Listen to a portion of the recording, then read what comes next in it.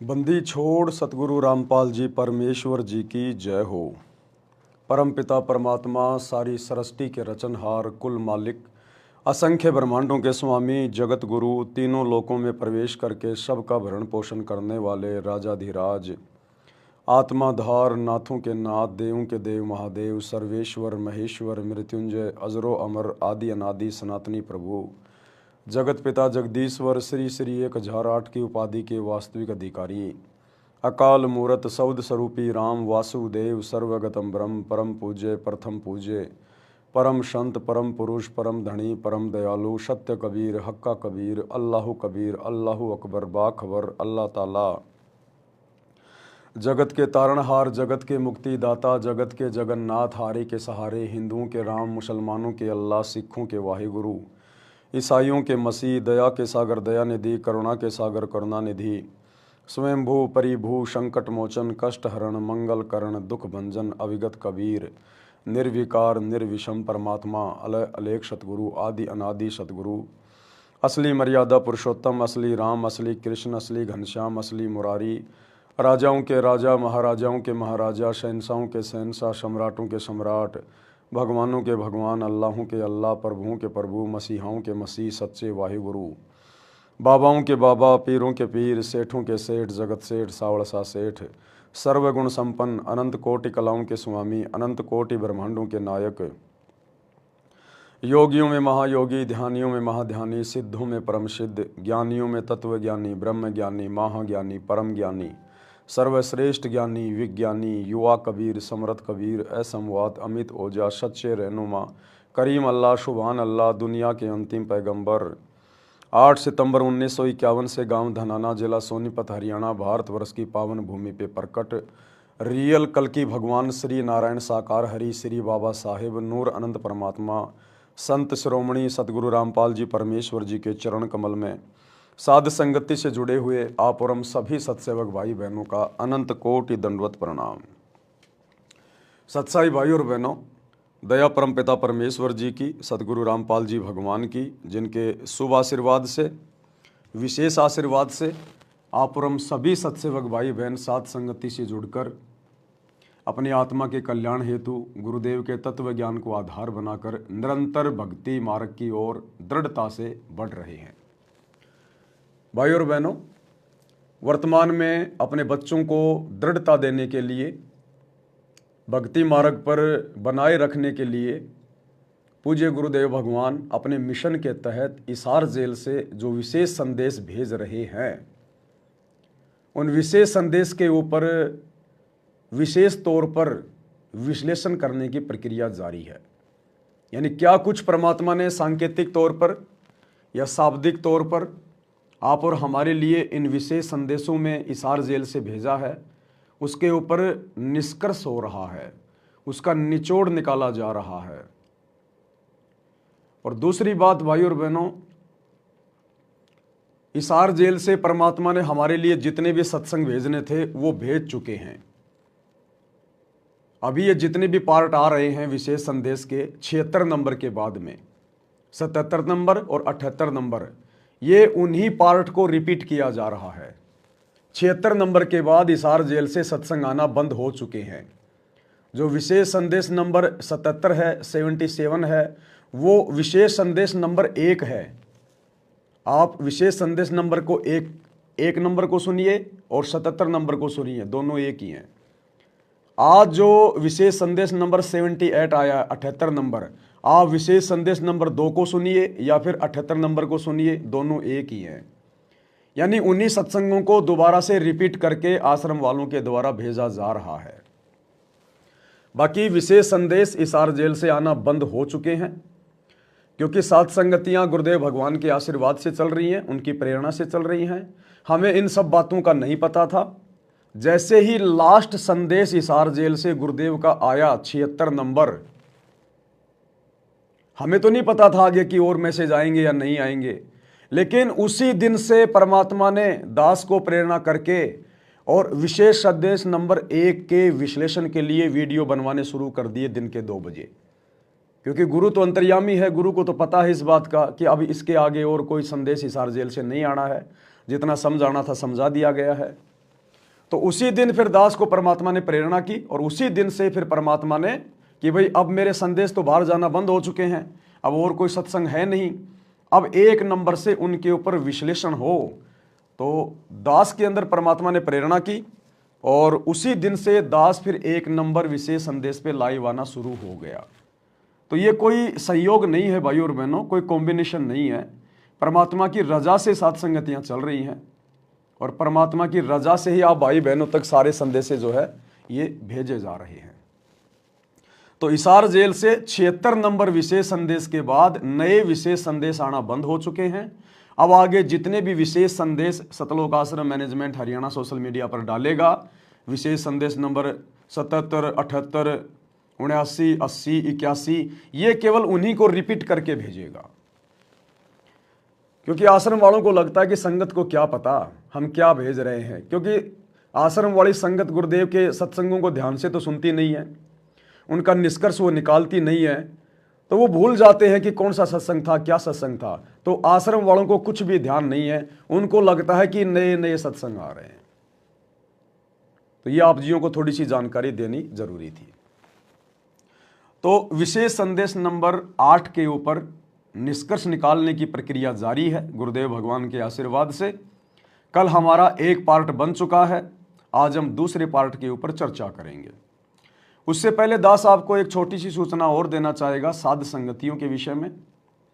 देखो दास अक्सर आप भाई बहनों को अपडेट करता रहता है साध संगति में जाने या ना जाने के विषय में, लेकिन भाई बहन क्या करते हैं कि लास्ट टाइम मैं जो बोलता हूं उसको तो पकड़ लेते हैं और पहले मैं क्या बोल गया उन चीज़ों पे ध्यान नहीं रखते हैं, तो कंफ्यूज हो जाते हैं। तो कंफ्यूज होने की आवश्यकता नहीं है।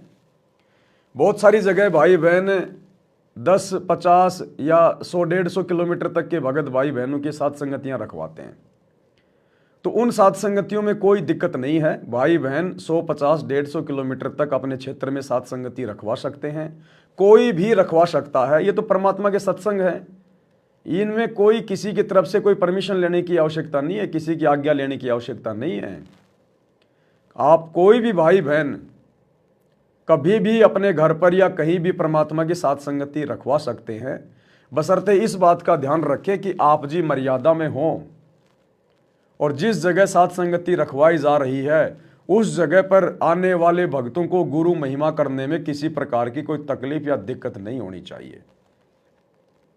अगर आपके घर पे माहौल अच्छा नहीं है, आप कुछ भगत भाई बहन आपस में मिलके सलाह मशवरा करके कोई जगह किराए पे लेकर, ज़्यादा महंगी नहीं, 5-10 हज़ार रुपए तक की, जिसका खर्चा आप जी सब मिलकर आसानी से वहन कर सको, कोई भी छोटा मोटा जगह लेकर किराए पर आप जी साथ संगतियां कर सकते हो। दास ने मना केवल ये किया था कि दूर के भगत भाई बहनों को साथ संगतियों में जाने की जरूरत नहीं है। जिस प्रकार नज़दीक के भाई बहन आपस में साथ संगतियां रखवा रहे हैं वैसे सब रखवाओ, कोई दिक्कत नहीं है। जितने भगत भाई बहन आपके संपर्क में हैं 100, 50, 150 किलोमीटर तक के, आप उनको सूचना दे दीजिएगा। कोई आना चाहेगा तो ठीक है, नहीं आना चाहेगा तो कोई दिक्कत नहीं है। तो सलाह मशवरा करके आप जी इस प्रकार से साथ संगतियां रख सकते हैं। एक दूसरे भगत भाई बहन आसपास की साथ संगतियों में जा सकते हैं, कोई दिक्कत नहीं है किसी प्रकार की। हाँ, दूर के भगत जाके क्या करेंगे भाई, दूर का भगत है कोई 1000 किलोमीटर का, 500 किलोमीटर का, वो जाएगा आएगा, उसके 2-3 दिन ऐसे ही हो जाएंगे उसके, तो उसको वहाँ जाने की कोई आवश्यकता नहीं है। उसको चाहिए कि वो भी आसपास के भक्तों से संपर्क करके कि भगत जी ऐसे ऐसे परमात्मा प्रेरणा कर रहे हैं, छोटी मोटी साथ संगति रखवा लेते हैं। तो आसपास के जो भी 10, 15, 20 भगत भाई बहन है वो आपस में मिलके इस प्रकार से अपना प्रोग्राम सेट कर सकते हैं, उसमें कोई दिक्कत नहीं है। दूसरी बात, आप साथ संगतियों में जाते हैं, अगर आपको 1-2 दिन लग भी जाते हैं तो कोई विशेष कोई चिंता का विषय नहीं है। देखो, हम साथ संगति में भी परमात्मा के लिए जा रहे हैं, वहां भी हम परमात्मा को ही भोग लगाएंगे। तो हम अपने गुरुदेव भगवान को घर पे दंडवत प्रणाम करके, यदि आप अकेले हैं तो भाई आपके बाल बच्चे भी उपदेशी हैं तो कोई दिक्कत नहीं, पीछे से वो मालिक को भोग लगाते रहेंगे। अगर आप अकेले उपदेशी हैं या पूरा परिवार जाना चाहता है साथ संगति में आसपास में तो कोई विशेष दिक्कत नहीं है, आप जी जा सकते हैं। परमात्मा को दंडवत प्रणाम करके मालिक से आज्ञा लेके कि ये परमेश्वर, हम आप ही की महिमा के लिए, आप ही की ज्ञान चर्चा के लिए अपने भगत भाई बहनों के पास में जा रहे हैं। परमात्मा हमें आज्ञा देना, हमें क्षमा करना यदि कोई त्रुटि रहे तो, आप जी 1-2 दिन वहाँ रह सकते हैं, ऐसे कोई दिक्कत नहीं है। देखो कल को गुरुजी आएंगे, हमें बुलाएंगे, तो क्या हम आश्रम में नहीं जाएंगे? हम 2 दिन भी रहेंगे, 3 दिन भी रहेंगे, सपरिवार जाएंगे, फिर घर पे भोग कौन लगाएगा?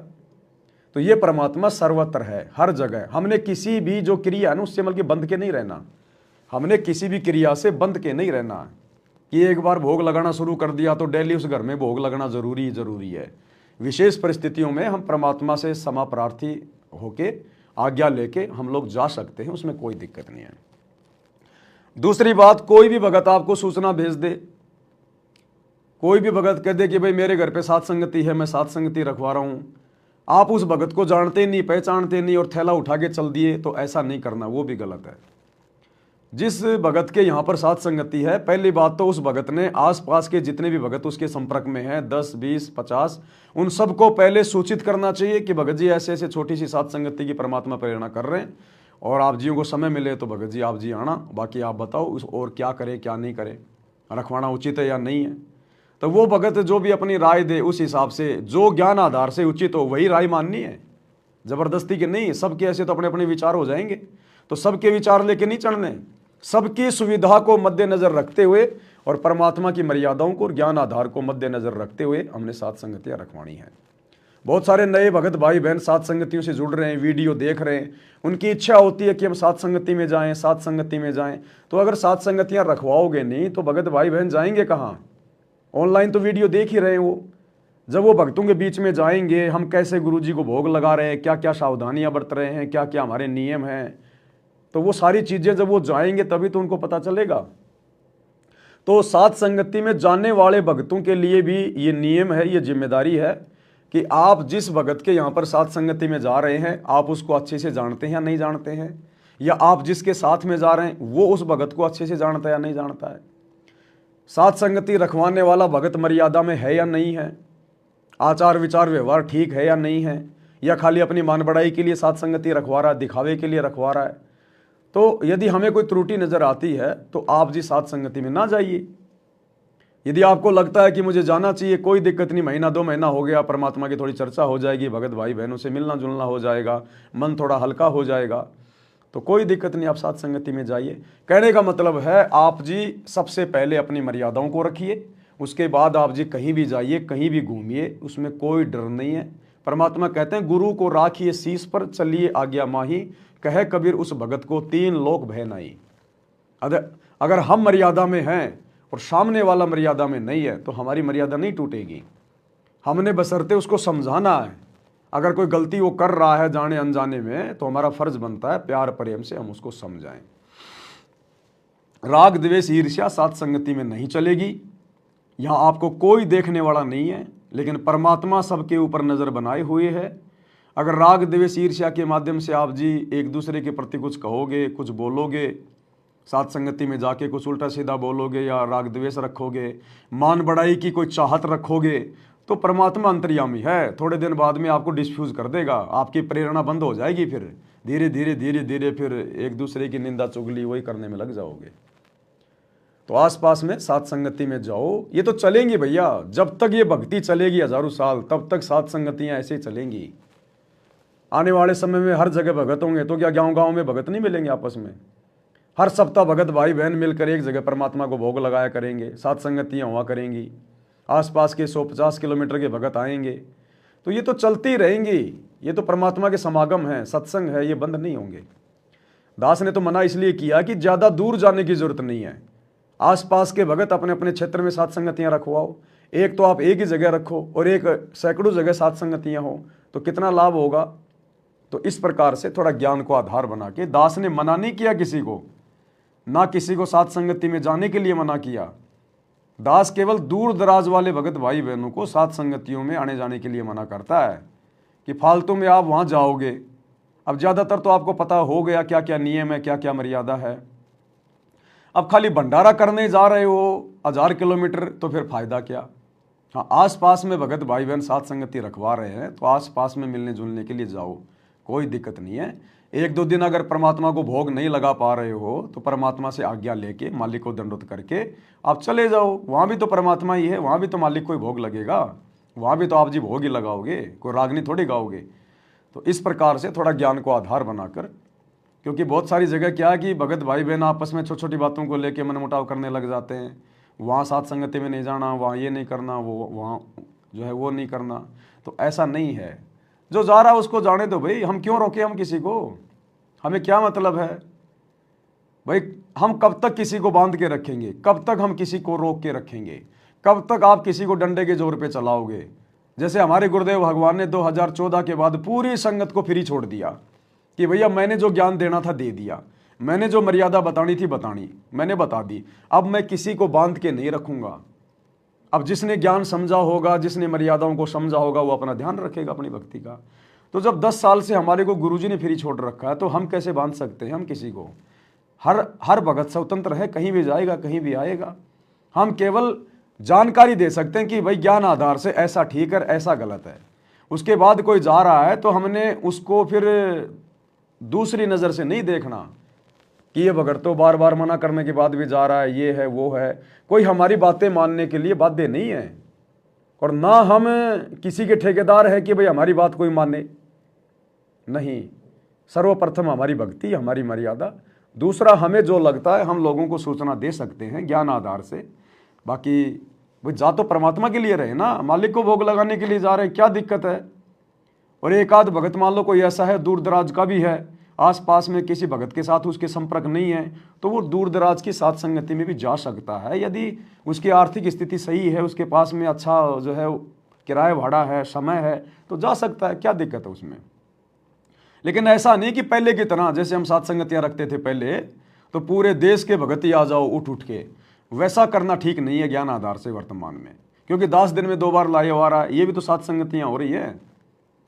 तो आसपास की साथ संगति में जाओ, परमात्मा की महिमा करो, कोई दिक्कत नहीं है।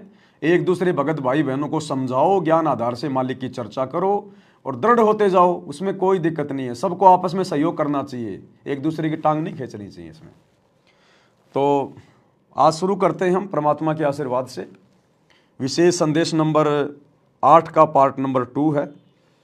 गुरुदेव भगवान हमें आन उपासना के विषय में, शास्त्र विरुद्ध साधना के विषय में समझा रहे हैं कि ये मोक्ष में सहयोगी नहीं है, आत्म कल्याण इनसे नहीं हो सकता है, और किस किस तरह की साधनाएं हैं। हमारे धर्मगुरु जो ज्ञानहीन हैं, आज भी ज्ञानहीन ही है, सतगुरु ने आके ज्ञान दे दिया, उसके बाद भी ज्ञानहीन बनकर बैठे हमारे धर्मगुरु सभी।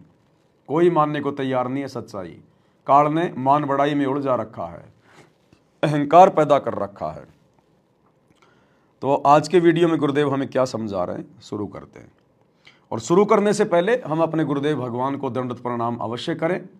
घर पर हैं, सामान्य परिस्थिति में हैं तो जमीन पर दंडवत प्रणाम करें 8 अंगों सहित। और यदि आप यात्रा में हैं, ऑफिस में हैं, काम पे हैं, दंडवत नहीं कर सकते, तो सत्संग सुनने से पहले मानसिक दंडवत प्रणाम गुरुदेव को अवश्य करना चाहिए। जा नगरी नहीं वाद विवादम, सुरती कमल कैलाश कलंदर, बैठे सतगुरु धनी मुनिंदर। धनी मुनिंदर मोनी साई, है देवा दरवेश गोसाई। गाँव अनहद बैन बिलासा, गगन गुफा मंदिर में बासा। एक गुमट संकट मोचन पुरुष कबीरम, समृत साहिब सुख का शीरम। कोटि कोटि गंगा और काशी, चरण कमल तुम्हारे अविनाशी। आनंद घन पद अग है ऊंचा, गरीब दास कोई पावे सूचा।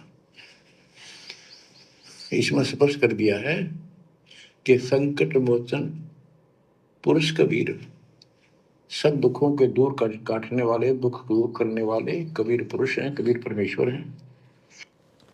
अज्ञानता में, ना समझी में, तत्व ज्ञान के भाव में हम सभी भगत भाई बहन पहले संकट मोचन नाम आते ही हनुमान जी को मान लेते थे कि बजरंग बली संकट मोचन है।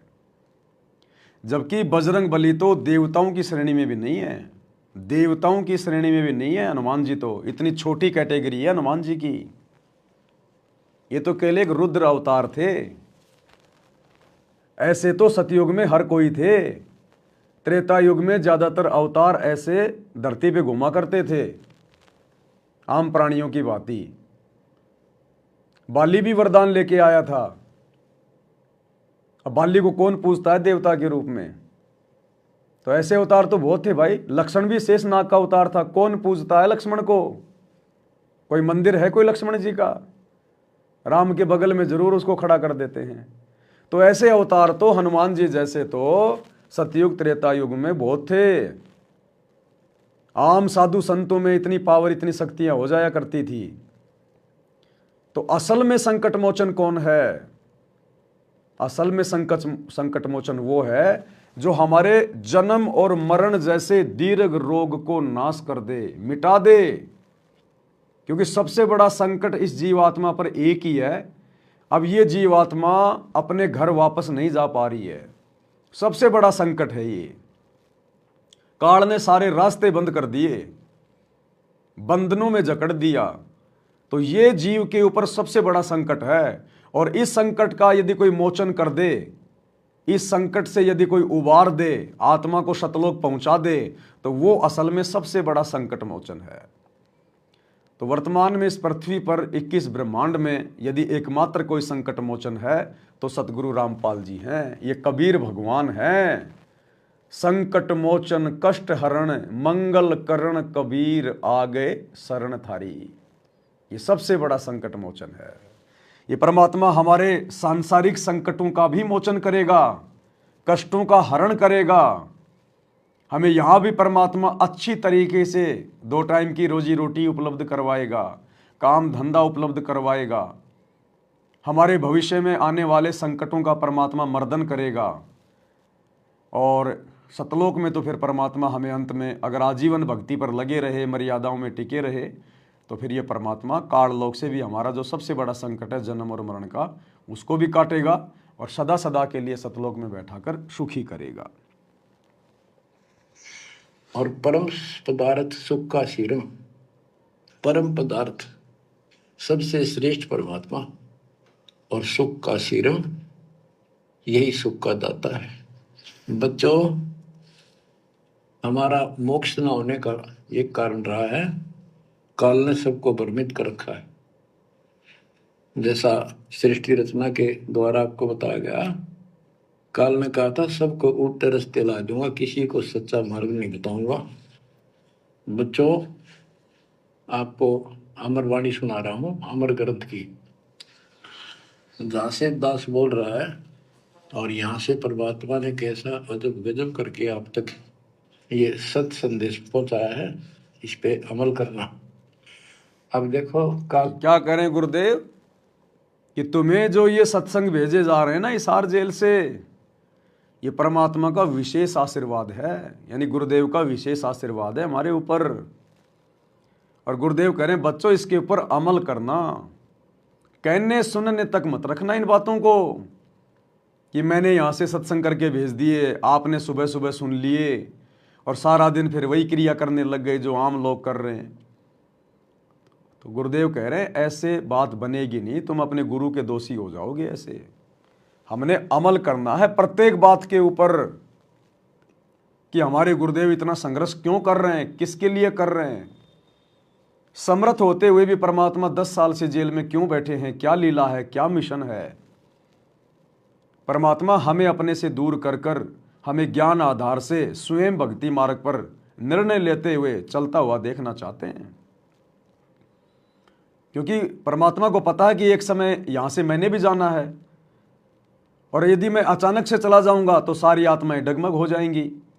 तो एक छोटी सी रिहर्सल की परमात्मा ने कि मैं देखता हूं कि जब मैं सतलोक जाऊंगा तो मेरे जाने के बाद ये भगत किस प्रकार से भक्ति करेंगे, मेरे द्वारा दिए गए अनमोल ज्ञान को आधार बनाकर भक्ति करेंगे या फिर मेरे परिवार को देखकर भक्ति करेंगे या एक दूसरे भक्तों की देखा देखी भक्ति करेंगे या फिर जब तक मैं हूं तब तक तो भक्ति पे लग रहे हैं और जब मैं चला जाऊंगा तो फिर पीछे से भक्ति पे ये फिर ढिलाई बरतने लग जाएंगे, मर्यादाओं का ध्यान नहीं रखेंगे।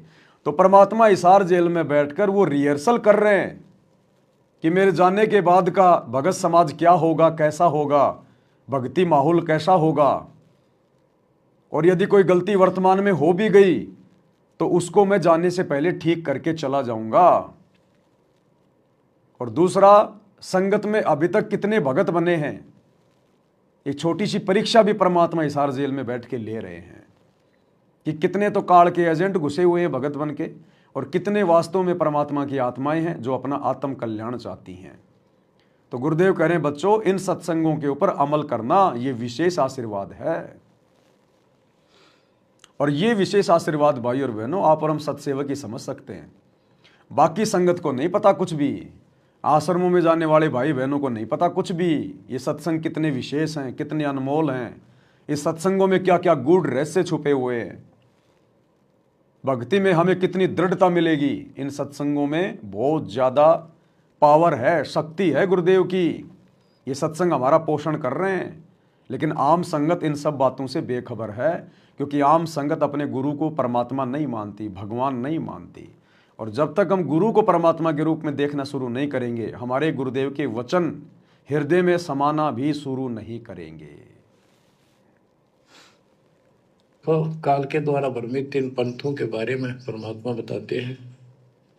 गरीबदास जी उस ज्ञान को अपने शब्दों में इस प्रकार बताया है। अथ सठ दर्शन गमोड़ बैदा, सठ दर्शन सठ भेष कहावे, बहु विधि धुन धार मचावे, तीर्थ व्रत करे तर बीता, वेद पुराण पढ़त है गीता। यानी साधना का तो ढूंढा ठारे हैं, यानी तैल कम सारे खेल में पता नहीं किस किस प्रकार की कठिन से कठिन साधना करते हैं, तीर्थ व्रत करते हैं और गीता पुराण वेद इनका पाठ करते हैं। और गरीबदास जी क्या बताते हैं,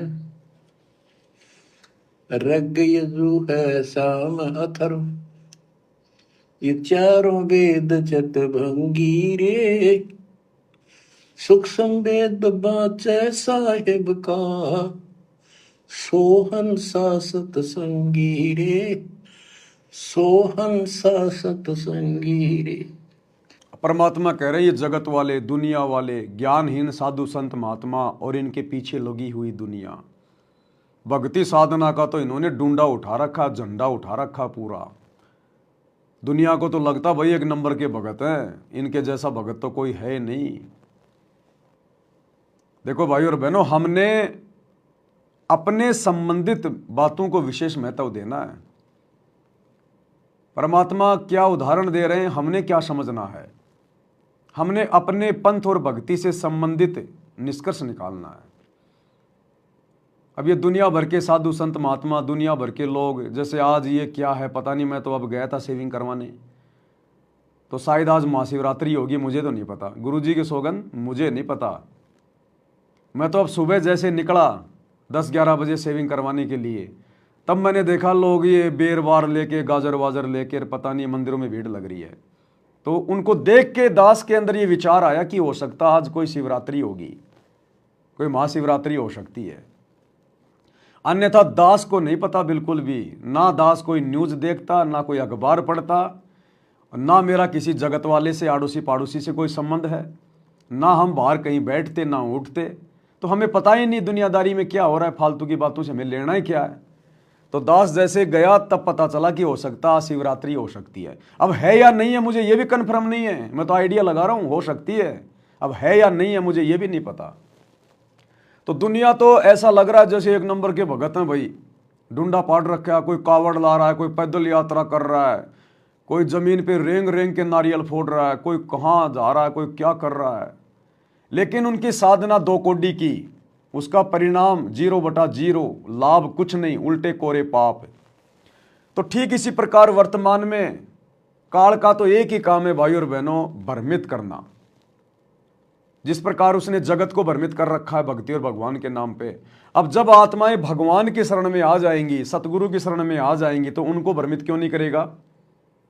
तो आज ठीक इसी प्रकार से जैसे जगत वाले भाई बहनों ने भक्ति का डूंडा उठा रखा है, लेकिन उनकी मान मर्यादा कुछ भी नहीं है, शास्त्रों के विरुद्ध है, इसी प्रकार सतगुरु रामपाल जी की 90% संगत जो सतलोक आश्रमों से जुड़ी हुई है, आम लोगों को लगता भाई एक तो एक नंबर के भगत हैं, इन्होंने तो भक्ति का डूंडा उठा रखा है। साल में 5-5, 6-6 तो बहुत बड़े बड़े भंडारे कर रहे हैं, भंडारों का दिन रात प्रचार किया जा रहा है, पोस्टर लगाए जा रहे हैं, पंपलेट बांटे जा रहे हैं, जा जा के लोगों को न्योता दिया जा रहा है जबरदस्ती, आना जी हमारे भंडारे में, आना जी धनाने धाम में, देसी घी का भंडारा, देसी घी का भंडारा।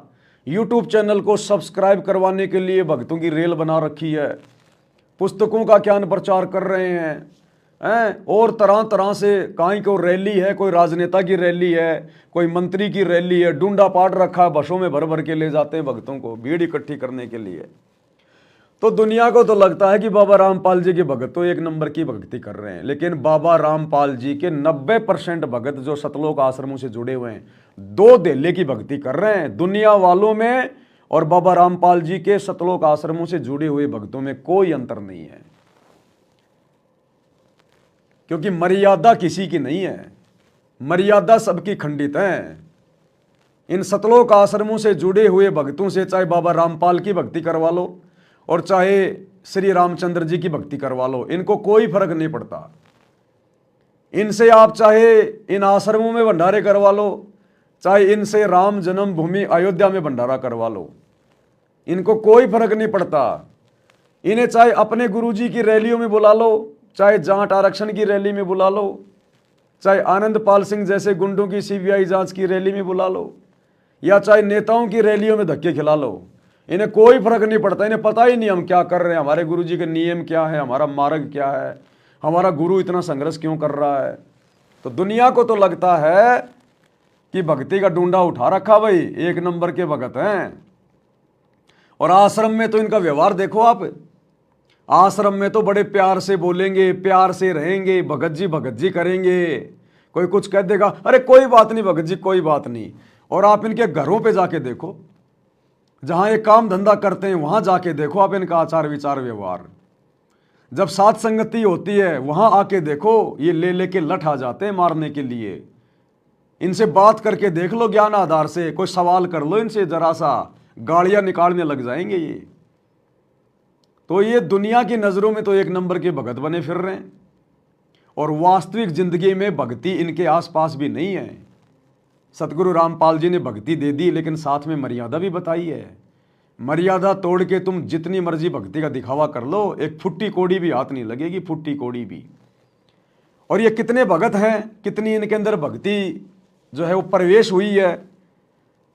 खुद सतगुरु रामपाल जी समय समय पर इन लोगों की पोल पट्टी हिसार जेल से खोलते रहते हैं कि कैसा इनका आचार है, कैसा इनका विचार है, कितना इनको ज्ञान है, कैसी इनकी सोच है। अपने 90% भक्तों की सोच, उनकी रहनी करनी सतगुरु रामपाल जी ने आम जगत वालों से भी गिरी हुई बताई है। अब सोचो ये आम जगत वाले अच्छे या फिर सतगुरु रामपाल जी के भगत अच्छे।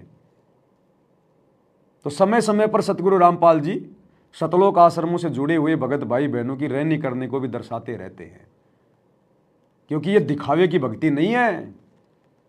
तुम दुनिया के सामने जो 2 नंबर का काम करने वाले आदमी हैं, भक्ति के निकट भी नहीं है, सारा दिन उल्टे काम करते हैं, राजनीति में सड़ रहे हैं, उनको तुम पकड़ पकड़ के एमएलए को, मंत्री को, किसी ठेकेदार को, उनको तो तुम पकड़ पकड़ के हाथ जोड़ जोड़ के भंडारों में लेके आते हो। और अपने भगत भाई बहनों के साथ तुम्हारा व्यवहार कैसा है, आपका गुरु बता रहा है खुद क्या कह रहा है। थोड़ा सा सुख विचार करना होगा कि हम कौन है, कहां से आए। आपस में खेचातानी रखते हो अभी भी भगत हो गए। अच्छे इंसान तो जगत वाली बिना करते ऐसा जैसे भगत कर रहे हैं। अच्छे इंसान तो जगत वाली बिना करते ऐसा जैसे भगत कर रहे हैं। अच्छे इंसान तो जगत वाली बिना करते ऐसा जैसे भगत कर रहे हैं। किसी को छोटी सी सेवा दे देते, कोऑर्डिनेटर बना दिया, वो ने सोचा मैं खुदा बन गया। और इतना शिक्षा तो बने, मजदूर बनो सीखो, मजदूर। और कई देखा है कि कोऑर्डिनेटर या जिसकी जो भी व्यवस्था लगाई जाए तो व्यवहार भी ठीक नहीं करते, धमकान लग जाते, फुरकान लग जाते।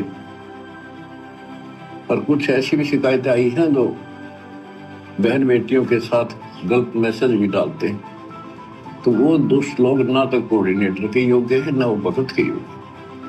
और कुछ ऐसी भी शिकायतें आई हैं जो बहन बेटियों के साथ गलत मैसेज भी डालते हैं, तो वो दुष्ट लोग ना तो कोऑर्डिनेटर के योग्य है ना वो भगत के योग्य। और कुछ ऐसी भी शिकायतें आई हैं जो बहन बेटियों के साथ गलत मैसेज भी डालते हैं, तो वो दुष्ट लोग ना तो कोऑर्डिनेटर के योग्य है ना वो भगत के योग्य। तो ऐसा तो संगत माई कुसंगत उपजेगी, और ऐसी कुसंगत होगी फिर हम रखेंगे नहीं उसको खेत में। किसान उसको बाढ़ को पाड़ कर खेत तो बाहर फेंक देता है, तो उसको आप मिशन से निकाल दिया जाया करेगा। सुधर जाओ, एक एक नहीं सुनी जाया करती। सामूहिक शिक्षा दी जाती है, अमल कर लो इन पर। करो बतेरे फोड़ लिए, इस ज्ञान का असर क्या हुआ? थोड़ा सा सुख होते हो फिर पक्के एजेंट काल के बन जाते हैं। बकवाद वही करनी, भगवान से दूर हो जाना।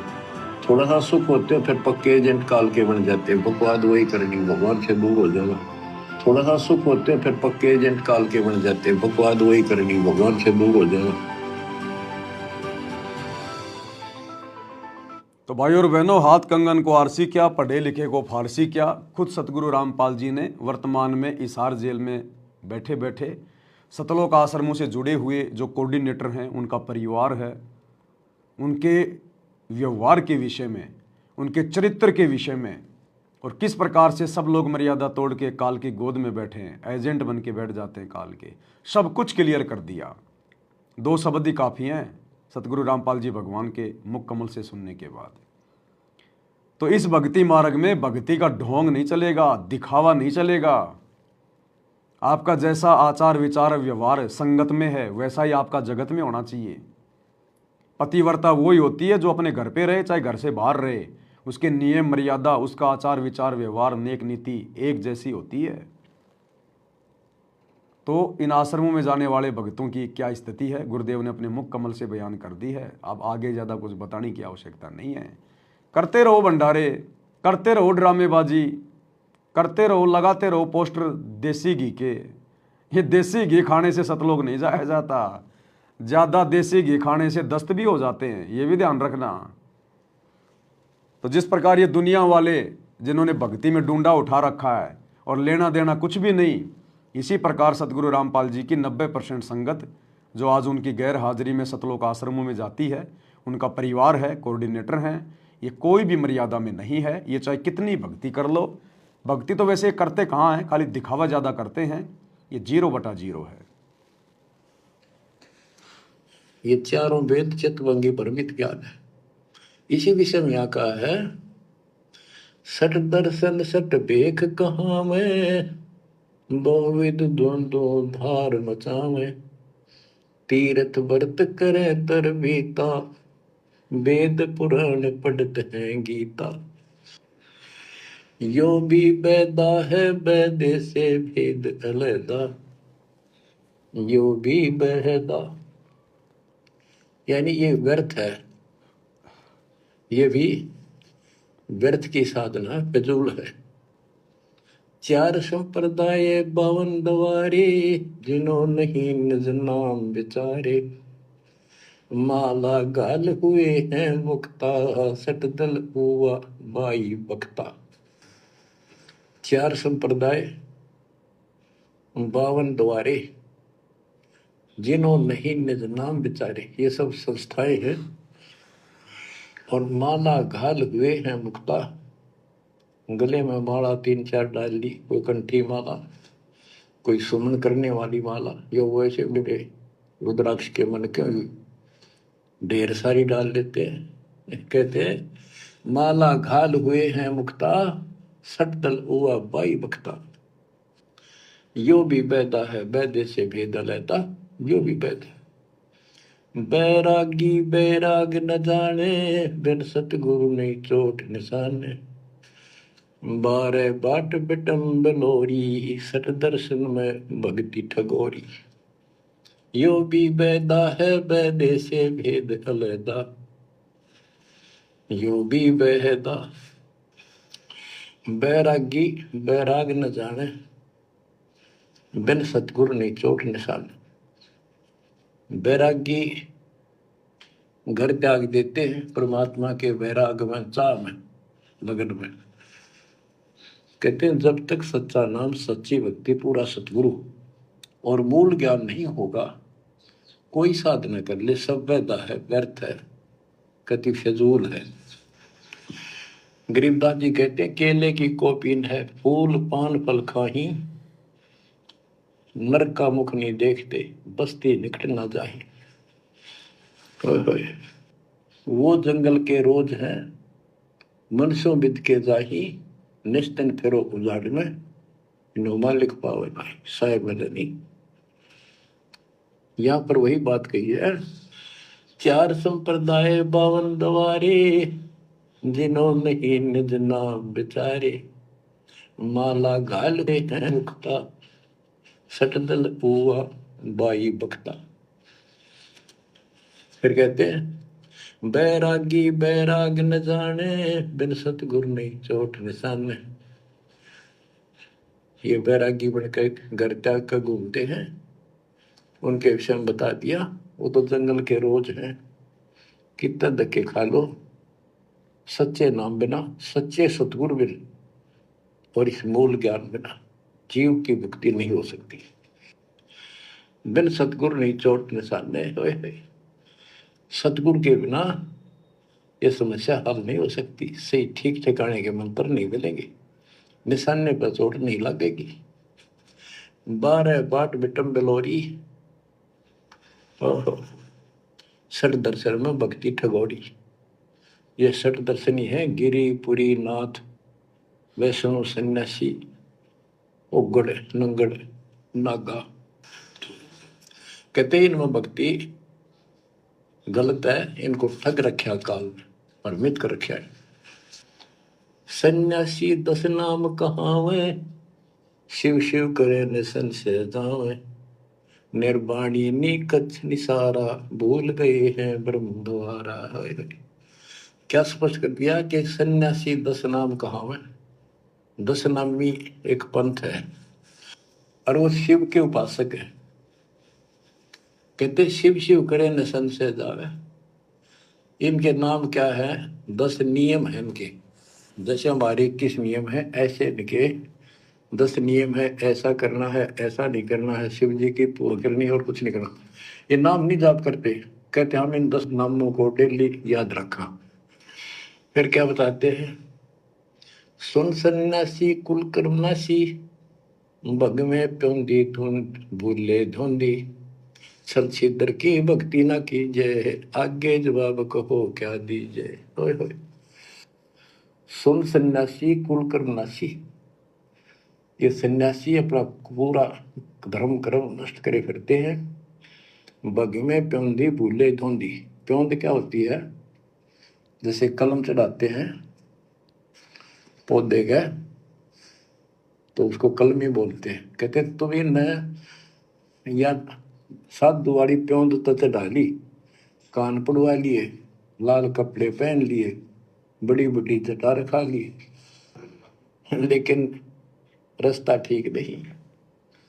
ये भगवे प्योंदी भूले धोंदी, सत सिद्धर की भक्ति ना कीजिए, आगे जवाब कहो क्या दीजिए।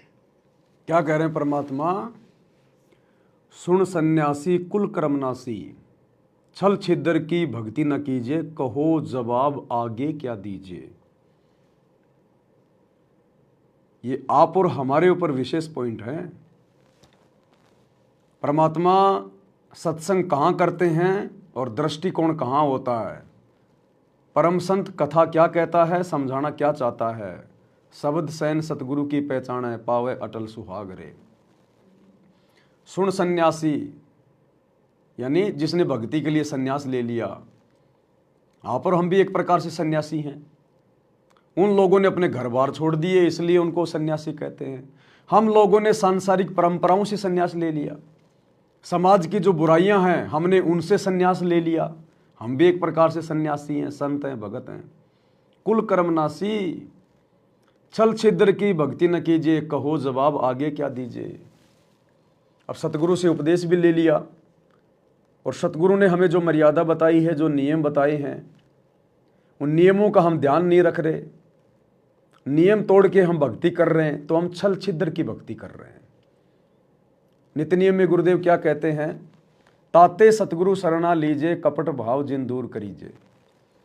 जो अपने अंदर से सारे कपट भाव दूर कर देगा, बिल्कुल शुद्ध हृदय का हो जाएगा, मर्यादा शोपन में भी नहीं तोड़ेगा, कहते हैं उस दिन सतगुरु उसको अपनी शरण में लेगा।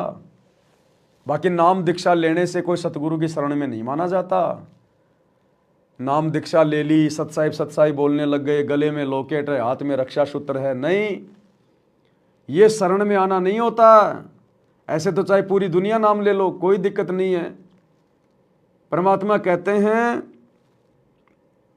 ताते सतगुरु शरणा लीजे, यानी उस आत्मा को सतगुरु वास्तव में अपनी शरण में लेता है। कपट भाव जिन दूर करीजे, जिसने अपने अंदर से छल कपट को दूर कर दिया हो, सतगुरु की मर्यादा तोड़ने के सौपन में भी ना सोचे, गुरु के प्रत्येक वचन में रहे, आज्ञा का पालन करे, अपनी भक्ति करे, एक भगत के लक्षण अपने ऊपर धारण करे, उसको कहते हैं छल कपट को दूर करना। अब देख लो आज कितने भगत हैं जो मर्यादा में रह के भक्ति कर रहे हैं, सिर्फ साथ संगति से जुड़े हुए भाई बहन। बाकी एक भी भगत ऐसा नहीं है साथ संगति के अलावा जो मर्यादा में हो, चाहे वो 1 करोड़ हो, चाहे 2 करोड़ हो। आश्रमों में जाने मात्र से मर्यादा टूटती है, जाने मात्र से, क्योंकि ये आश्रम गुरु की गैर हाजिरी में बनाए गए हैं, गुरु की आज्ञा के अनुसार नहीं बनाए गए। ये मनमाना आचरण है, और गुरु की आज्ञा के बिना जो मनमाना आचरण करता है उसकी कुसंगति करना मर्यादा तोड़ना है। अब देख लो ना, गुरु जी के दोनों लड़के गोहाना जाट महासभा का उद्घाटन करने गए और अपने गले में माला डलवा के घूम रहे हैं, अपने गले में फूलों की मालाएं डलवा के घूम रहे हैं। तो कहाँ है मर्यादा? जब तुम्हारे आश्रम संचालकों की मर्यादा नहीं है तो आश्रमों में जाने वालों की, लड्डू जलेबी बर्फी खाने वालों की मर्यादा कहाँ रहेगी? सतनाम के नियम नंबर 4 में गुरुजी ने स्पष्ट मना कर रखा है कि भगत ने अपने गले में माला नहीं डलवानी, ना किसी के गले में डालनी। जबकि गुरुजी के बेटे तो जाट समाज से अपने गले में मालाएं डलवा के घूम रहे हैं। तो कहाँ है मर्यादा? ये होता अपने गुरुजी के साथ में छल कपट करना। तो बाकी संगत कहाँ मर्यादा में होगी जब गुरुजी का परिवार ही मर्यादा में नहीं है? इसलिए भाई भक्ति का चाहे कितना डंडा उठा दो, कितना लोग दिखावा कर लो, कितना प्रचार प्रसार कर लो, ये प्रचार प्रसार करने से मोक्ष नहीं होता। मोक्ष होगा गुरु को परमात्मा मानकर मर्यादित तरीके से भक्ति करने से। तो परमात्मा कहते हैं छल छिद्र की भक्ति न कीजिए, कहो जवाब आगे क्या दीजिए। अरे यहाँ तो चलो कोई दिक्कत नहीं, तुम गुरु को परमात्मा नहीं मान रहे, अपने जैसा 2 कोटि का जीव मान रहे हैं, इंसान मान रहे हैं, एक सामान्य संत मान रहे हैं, मानते ही हो तुम, क्योंकि गुरु के अलावा किसी और को परमात्मा मानने का मतलब है अपने गुरु को हल्के में लेना, मानुष मानना। तो परमात्मा तो तुम जून के महीने में उस दाढ़ी मूंछ वाले को मानते हो, कबीर प्रकट दिवस मना के उस नकली फोटो का। तो गुरु के साथ तो तुम छल छिद्र कर रहे हो, धोखा कर रहे हो, अपने साथ भी और अपने गुरु के साथ भी मानुष समझकर। भाई आगे क्या जवाब दोगे जब यही तुम्हारा बाप, यही सतगुरु रामपाल जी जब तुम्हें कबीर के रूप में त्रिकुटी पे बैठा मिलेगा और जब तुमसे हिसाब किताब मांगेगा, तब क्या जवाब दोगे? यहाँ तो तुम अपना बाप कह लो, अपना ताऊ कह लो, अपना पति कह लो, त्रिकुटी पे ये किसी का बाप, किसी का ताऊ, किसी का बेटा, किसी का चाचा नहीं है। वहाँ तो जैसे कर्म किए हैं वैसे ठोक ठोक के देगा, ठोक ठोक के। ये निर्मोही परमात्मा है, 1% भी इधर उधर नहीं देखता। इसलिए परमात्मा कहते हैं चाहे कितना भक्ति का डूंडा उठा लो, मर्यादा बिना भक्ति तुम्हारी 1 कदम भी आगे नहीं बढ़ सकती, 1 कदम भी। तो क्या फायदा फिर भाई जगत में और भगत में? फिर भगत कहलवाने का क्या फायदा? यदि फॉर्मेलिटी की भक्ति करनी है तो ये नहीं चलेगी भक्ति मार्ग में। यो भी बैदा है बैदे से भेद अलैदा, यो भी बैदा बरम करम भैरो को पूजे, सत शब्द साहिब नहीं सूझे। माला बुखटी कक्कड़ हुकटी, बाना घोड़ी भांग बसोड़ी, यो भी बैदा है बैदे से भेद अलैदा, यो भी बैदा। भ्रमित ज्ञान के आधार पर भैरव को के परमात्मा का सच्चे नाम का नहीं पूछते। बच्चों के भ्रमित ज्ञान के आधार पर भैरों की पूजा करता है, कोई देवताओं की पूजा करते हैं। कबीर साहब कहते हैं माई मसानी सेठ शीतला, भैरव भूत हनुमंत साहिब से न्यारा रहे जो इनको पूजत, उनके निकट भगवान नहीं आएगा जो इनकी पूजा करती है। जति जलाली पदकन खाली, नाम न रत्ता घोरी गत्ता, मंडी बसंता ओढ़े कंथा, बन फल खावे नगर न जावे, यो भी बैदा है बैदे से भेद अलैदा, यो भी बैदा। अब बताते हैं जंगम जैनी फोकट फैनी, नाम न चीना गुरु गुणहीना, गलरी जिंदा मस्तक बिंदा, गूगल खेवे जंतर सेवे, यो भी बैदा है बैदे से भेद अलैदा, यो भी बैदा यानी व्यर्थ है ये। जंगम जैनी फोकट फैनी, इनके पास कख नहीं है। जो जंगम सेवड़े जैन धर्म से संबंधित लोग, बच्चों कमाल है आपकी किस्मत का। जैसे जैन धर्म के 24वें तीर्थंकर श्री महावीर जैन जी हुए हैं, उनकी हिस्ट्री आपको पढ़कर सुनाई थी उन्हीं की पुस्तक से। तो वही परमात्मा गरीबदास जी के बच्चे मालिक की वाणी बता रहे हैं, उसको ज्ञान को समझा रहे हैं कि जंगम जैनी फोकट पैनी सब व्यर्थ की साधना कर रहे हैं। आकी तोरा बांध पटोरा, घुमा दामी कैसे स्वामी, नगन रसा तन को तरासा, पशु प्राणी स्वान समानी।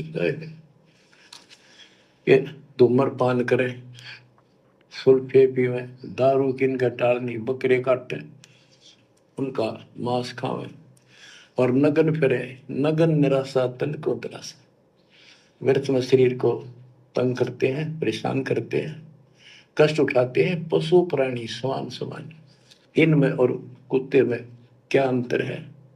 वो भी नगन रहते हैं, पशु भी नगन रहते हैं। परमात्मा ने मनुष्य जीवन दिया, इसमें सद्बुद्धि दी है। बच्चों सभ्यता से कपड़े पहनो, पर मालिक से दूर ना हो। इंद्री चीरा गाली जंजीरा, घुंघरू बाजे मूड न लाजे, धूमी धामा करते सामा, मांड अखाड़ा रूपे बाड़ा, यो भी बैदा है बैदे से भेद अलैदा, यो भी बैदा। हाथों करुआ कांदा फरुआ, खोल बनावे सद कहावे, जटा जलंदम भूले अदम, तन बैरागी छापा दागी, यो भी बैदा है बैदे से भेद अलैदा, यो भी बैदा। क्या बताते हैं कि हाथों करुआ एक लोटा ले लेंगे, और कंधा फरुआ एक फावड़ी से रख लेंगे कंधे पर, और खोल बनावे गुफा बनावेंगे, उसमें छुप जाएंगे। और सिद्ध कहाँ में, जटा जलंदम भूले अंधम, बड़ी बड़ी जटा सिर पर रखेंगे। ये ज्ञान के अंधे परमात्मा का सच्चा मार्ग भूले हैं। तन बैरागी छापा दागी, वेद पुरानी कथा कहानी, पढ़ पढ़ भूले अर्थ न खुले, भूले योगी हृदय के रोगी, कान चरावा बस फरमावा, यो भी बैदा है बैदे से भेद अलैदा, यो भी बैदा। वेद पुराण पढ़ते हैं, इनको ठीक से समझ नहीं पाए। वेद पुराणी कथा कहानी, पढ़ पढ़ भूले अर्थ न खुले। बताओ क्या कह रहे हैं परमात्मा कि वेद पढ़ते हैं, गीता जी पढ़ते हैं, लेकिन गीता जी में लिखा क्या है, वेदों में लिखा क्या है, शास्त्रों में लिखा क्या है, साधना टोटल उसके विपरीत करते हैं। वही बात आज संगत में हो रही है। सत्संग सुनते हैं, ज्ञान गंगा पढ़ते हैं, जीने की राह पुस्तक का कितना प्रचार करते हैं, जीवन बदल जाएगा, जीवन बदल जाएगा, वीडियो बना बना के, जैसे फिल्म वाले बनाते हैं ना, ऐसे वीडियो बना बना के परिवार सुधर जाएगा, ये हो जाएगा, दुनिया को शिक्षा दे रहे हैं और खुद गुरु जी के सत्संगों के विरुद्ध चल रहे हैं, खुद ज्ञान गंगा पुस्तक में लिखी गई बातों के विरुद्ध चल रहे हैं, खुद जीने की राह पुस्तक में लिखी गई एक भी बात के ऊपर अमल नहीं कर रहे। यह हाल हो रहा है संगत में। अब ज्ञान गंगा पुस्तक में, अब जैसे जगत वाले गीता और वेद पढ़ते हैं और ये पत्थर की पूजा करते हैं। अब इनसे कोई पूछे भैया वेद में गीता में कोई मंदिर बना के मस्जिद बना के पत्थरों की पूजा करने का, मूर्ति पूजा का विधान है क्या? कहीं लिखा है क्या? वेद गीता में जो मंत्र तुम जाप करते हो, हरे राम हरे कृष्णा राधे राधे श्याम मिलादे, कहीं लिखा हुआ है क्या? वो एक भी बात मानने को तैयार नहीं, उल्टा लड़ाई झगड़ा करेंगे। अब ठीक इसी प्रकार टोटल सतगुरु रामपाल जी के सत्संग, उनके द्वारा लिखी गई पुस्तकों के विरुद्ध साधना वर्तमान में भगत समाज कर रहा है।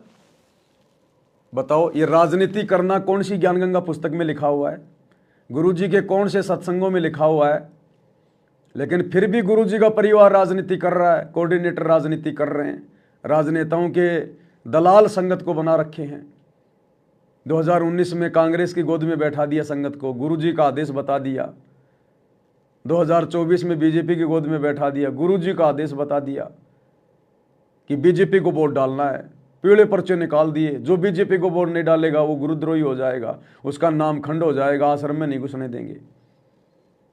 अब बताओ, गुरु जी के कौन से सत्संग में, कौन सी ज्ञान गंगा पुस्तक में, कौन सी जीने की राह पुस्तक में ये घटिया राजनीति करना या राजनेताओं की चापलूसी करना या पार्टी विशेष को वोट देना ये लिखा हुआ है?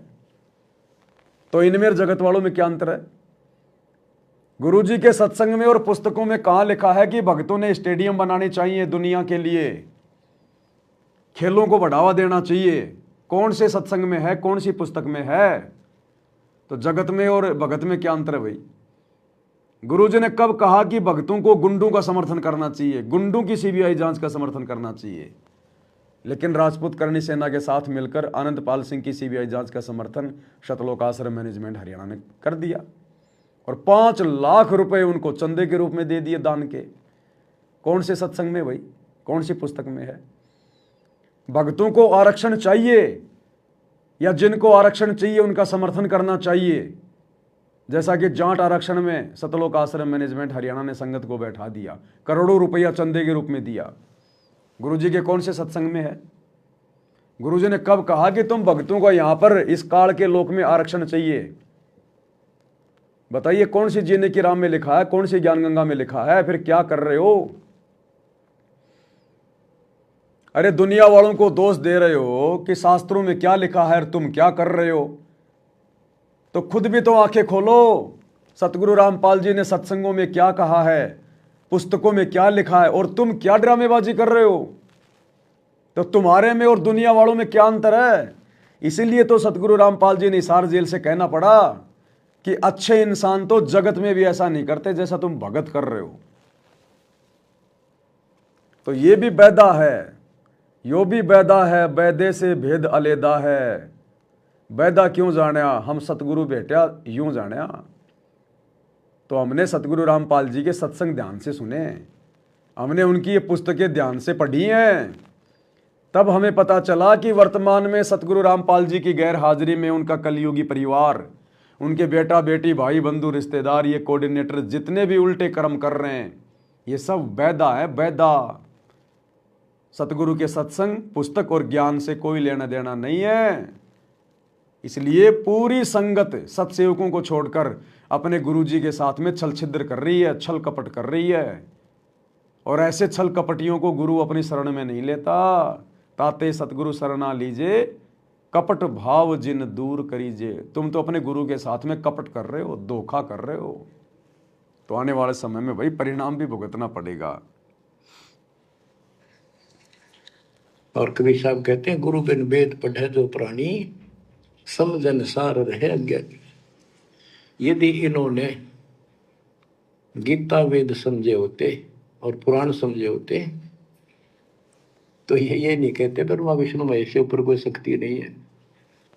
इसी प्रकार अगर सतगुरु रामपाल जी के बेटा बेटी ने, उनके रिश्तेदारों ने, उनके भाई ने, इन कोऑर्डिनेटरों ने अगर उनके सत्संग समझे होते, उनकी पुस्तकें पढ़ी होती और मर्यादाओं में होते, गुरु को परमात्मा मान लिए होते, तो आज राजनेताओं की गोद में जाके नहीं बैठते, गुंडों की सीबीआई जांच का समर्थन नहीं करते, दुनिया के लिए स्टेडियम नहीं बनाते, भक्तों के दान का दुरुपयोग नहीं करते, आश्रमों में हॉस्पिटल नहीं बनाते, लोगों की धर्मशाला नहीं बनवाते, अयोध्या में जाके भंडारा नहीं लगवाते, गले में माला नहीं डलवाते गुरुजी के लड़के।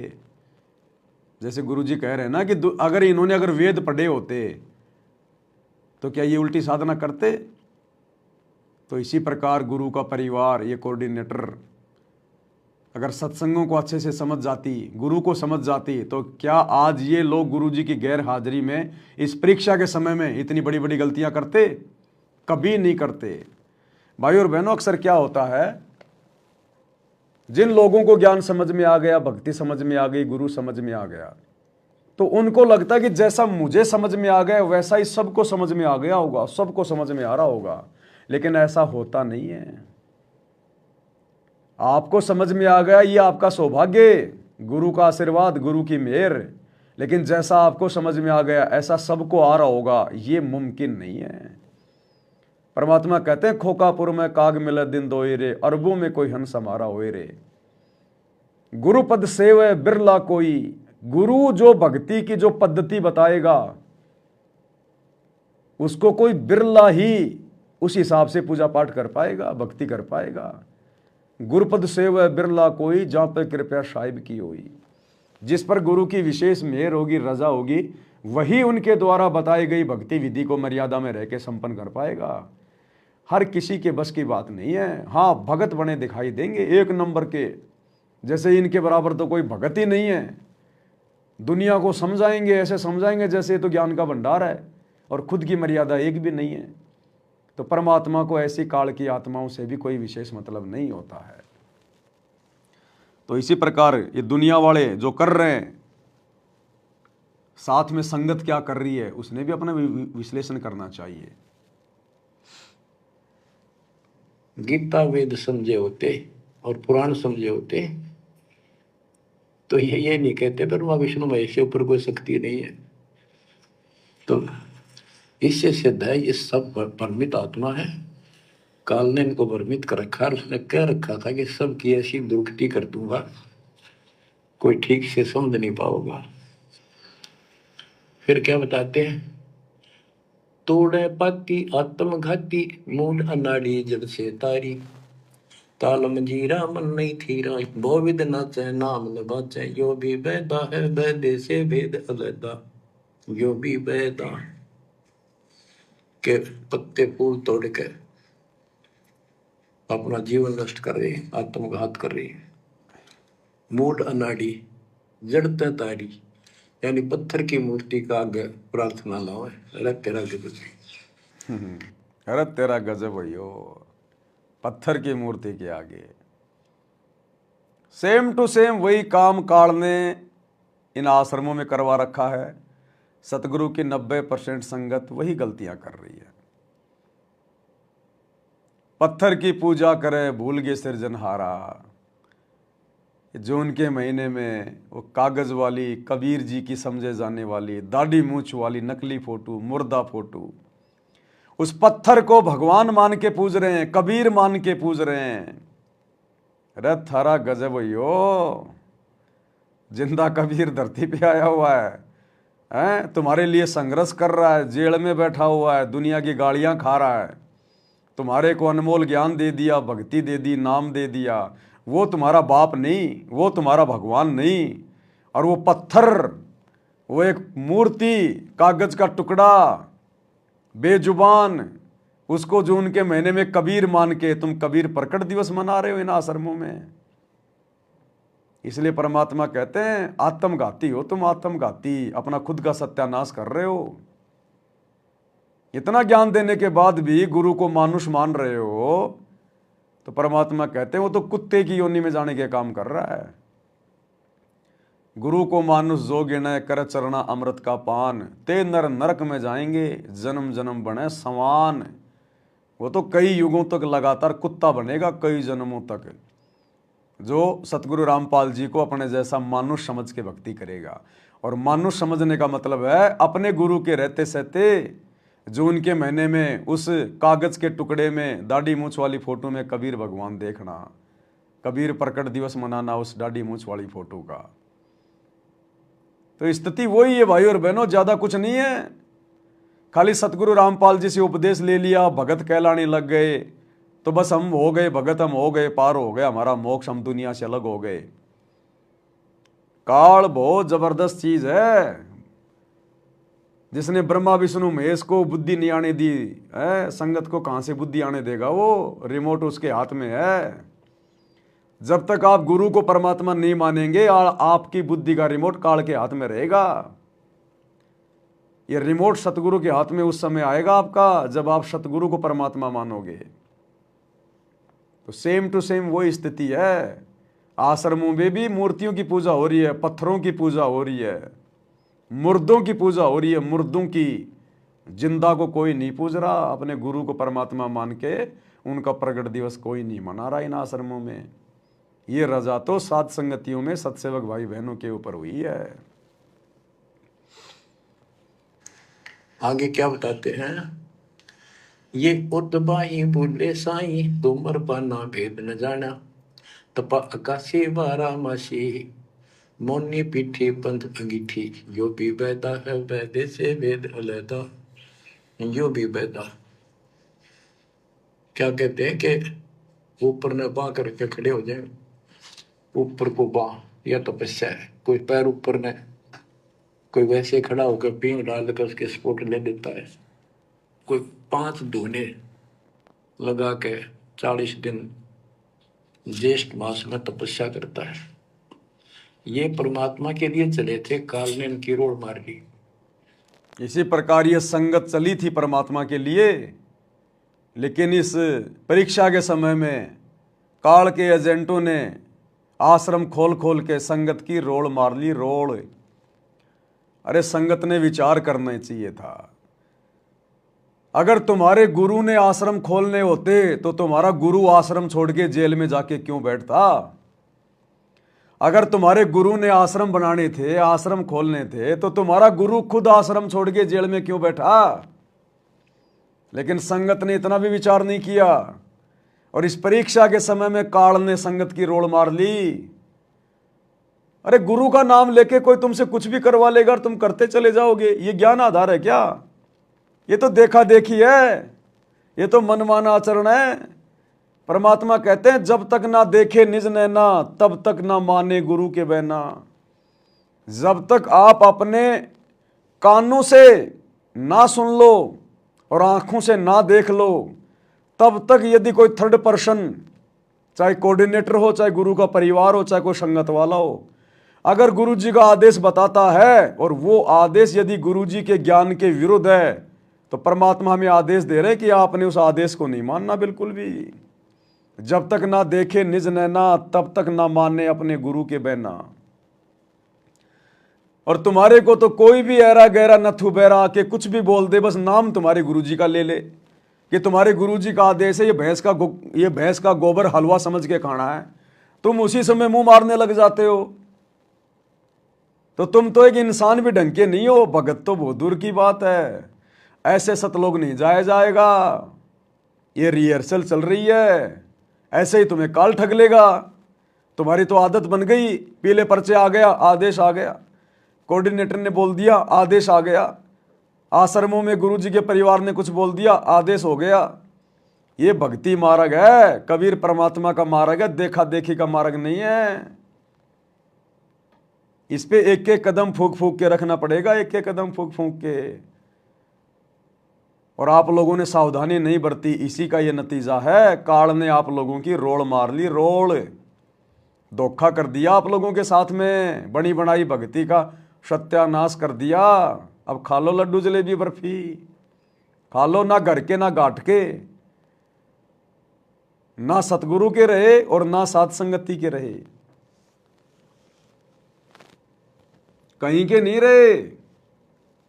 आश्रमों में तो भक्ति है ही नहीं, और सात संगति से जुड़ने का मौका तुमने धीरे धीरे खो दिया, क्योंकि इतना समय कम नहीं होता किसी को समझाने के लिए। जानवर नहीं हो तुम, इंसान हो। राग द्वेष ईर्ष्या जलन होती है सात संगतियों से, जलन जैसे कोई मिर्ची लग जाती है, भयंकर दर्द हो रहा है। ये नहीं चलता इस मार्ग में। राग द्वेष ईर्ष्या नहीं चलती। आप किसी के विचारों से सहमत नहीं है तो बस भैया उसे साइड करके चलो। दुष्प्रचार नहीं चलता इसमें, निंदा चुगली नहीं चलती। तो काल ने तुम सबकी रोल मार ली, सबकी। सतगुरु ये नहीं देखता तू बहुत बड़ा भगत है, तू 20 साल से भक्ति कर रहा है, तू गुरु जी के साथ में रहता था, तू गुरु का ड्राइवर था, तू गुरु का बॉडीगार्ड था, तू गुरु का भाई है, बेटा है, पत्नी है। सतगुरु ये नहीं देखता। सतगुरु समदृष्टि है। और समदृष्टि क्या होता है अभी तक दिखाया नहीं गुरु जी ने, क्योंकि अभी तक तो काल के हाथ में था सारा प्रपंच। अब सब कुछ सतगुरु अपने हाथ में लेगा। अब देख लिया, अब बताएगा समदृष्टि क्या होता है। ये गुरु के बेटा बेटी दर्शनों के लिए तरस जाएंगे, दर्शनों के लिए, जो आज इन आश्रमों में ठेकेदार बन के घूम रहे हैं। अब दिखाएगा आने वाले समय में समदृष्टिपना क्या होता है गुरु का। अथ वैद्य का ग्रंथ। बैरागी सन्यासी भड़वे चौतड़ छार लगावे हैं, पांचों नारी पति सो लड़के धुंधो धार मचावे हैं। शास्त्र विरुद्ध साधना करने वालों को गुरुजी ने बढ़वे की संज्ञा दी है। बढ़वे की, बढ़वा क्या होता है पता है? शास्त्र विरुद्ध साधना करने वालों को। और असल में सबसे बड़ी शास्त्र विरुद्ध साधना क्या है? सांसारिक स्तर पर तो शास्त्र विरुद्ध साधना उसको कहते हैं जो प्रमाणित जो सदग्रंथ हैं, गीता, वेद, कुरान, पुराण, बाइबल, गुरु ग्रंथ साहिब, जो इनके विपरीत भक्ति करता है, आचरण करता है, उसको कहते हैं शास्त्र विरुद्ध साधना। तो गुरु जी ने उनको बढ़वे की संज्ञा दी है, बढ़वे की। और रियल में शास्त्र विरुद्ध साधना क्या है? क्योंकि रियल में सबसे बड़ा शास्त्र क्या है? सूक्ष्म वेद, कबीर सागर, गरीबदास जी का ग्रंथ साहिब और सतगुरु रामपाल जी के सत्संग, सतगुरु रामपाल जी के कर कमल से लिखित पुस्तकें, ये रियल शास्त्र हैं। और इन शास्त्रों के विरुद्ध यदि कोई साधना करेगा, मनमाना आचरण करेगा, तो वो डबल बढ़वा, डबल बढ़वा। और इस डबल बढ़वे की संज्ञा में वर्तमान में पूरा सतलोक आश्रम मैनेजमेंट हरियाणा, गुरु जी का परिवार बढ़वा, ये कोऑर्डिनेटर बढ़वे, इन आश्रमों में जाने वाले बढ़वे की संज्ञा में। क्योंकि जितने भी कुक्रम तो उन लोगों ने कर दिए और संगत से करवा दिए, और संगत कर रही है खुशी खुशी, ये बढ़वे वाले काम कर रही है, बढ़वे वाले।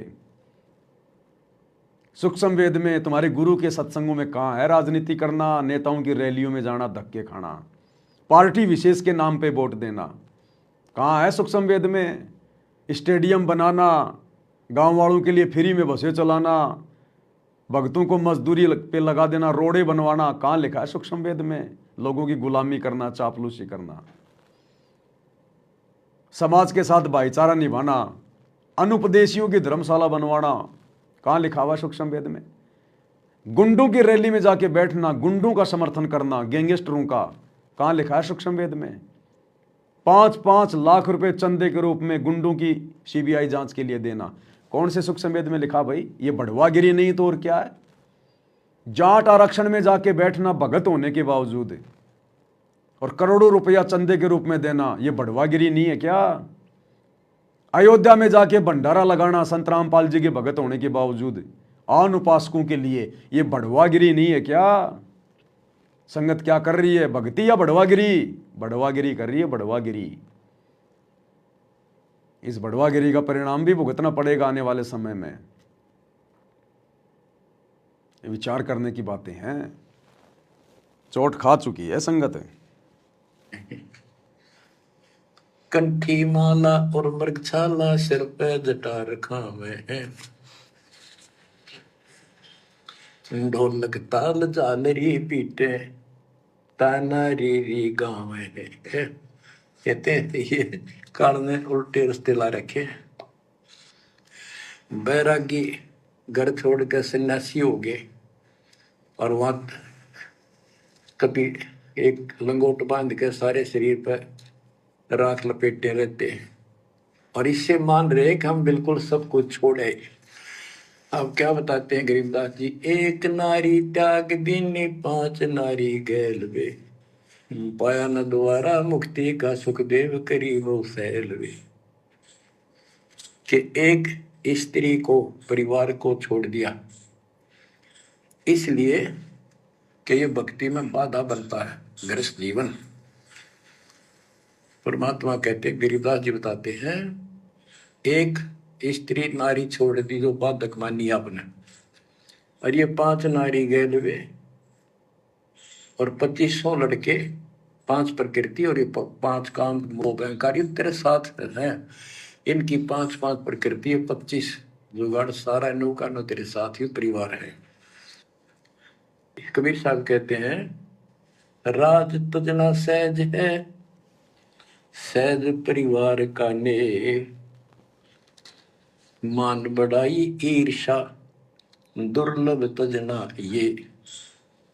कि राज भी त्याग सकता है, परिवार भी त्याग सकता है, लेकिन ये मान बढ़ाई ईर्षा फिर भी जो कि तो रहती है। अब गुरुजी के दोनों लड़कों के द्वारा जाट समाज से अपने गले में माला डलवाना, ये है मान बढ़ाई। ये नहीं छूट सकती इंसान से, और ये छूटे बिना भगवान नहीं मिला है। अरे जिनको हम सबसे बड़ा भगत समझ रहे हैं, गुरुजी के बेटे, जिन्होंने धनाना आश्रम बनवाया, सभी आश्रमों के संचालक ठेकेदार, सारी जिम्मेदारियां अपने कंधों पे लेके घूम रहे हैं, राजनेताओं के उपग्रह बन के घूम रहे हैं। अरे उनको सतनाम के नियमों का नहीं पता, जो तुम्हें सारनाम दे रहे हैं, सार शब्द दे रहे हैं। तो ये मान बढ़ाई है, अपनी पूजा करवाना। जब गुरु ने कह दिया तो फाइनल है, मीन में क्या रह गई फिर, जब सतनाम के नियम में लिख दिया तो बाकी संगत का क्या हाल होगा। इसीलिए तो आए दिन अकाल मौत मर रही है, फांसी खा खा के, जहर खा खा के भगत मर रहे हैं। क्योंकि भैया मर्यादा किसी की रही नहीं, मर्यादा नहीं है तो भक्ति आगे बनेगी नहीं। पिछली भक्ति तुम्हारी कब तक चलेगी। अब जैसे जैसे तुम्हारा समय आ रहा है, वैसे वैसे काल तुम्हें उठा के ले जा रहा है, और मर्यादाहीन भक्तों को सतगुरु भी नहीं रोकेगा। इसलिए तो आज 90% संगत की दुर्गति हो रही है। दुर्गति, अकाल मौत, एक्सीडेंट में फूट फूट के मर रहे हैं भगत।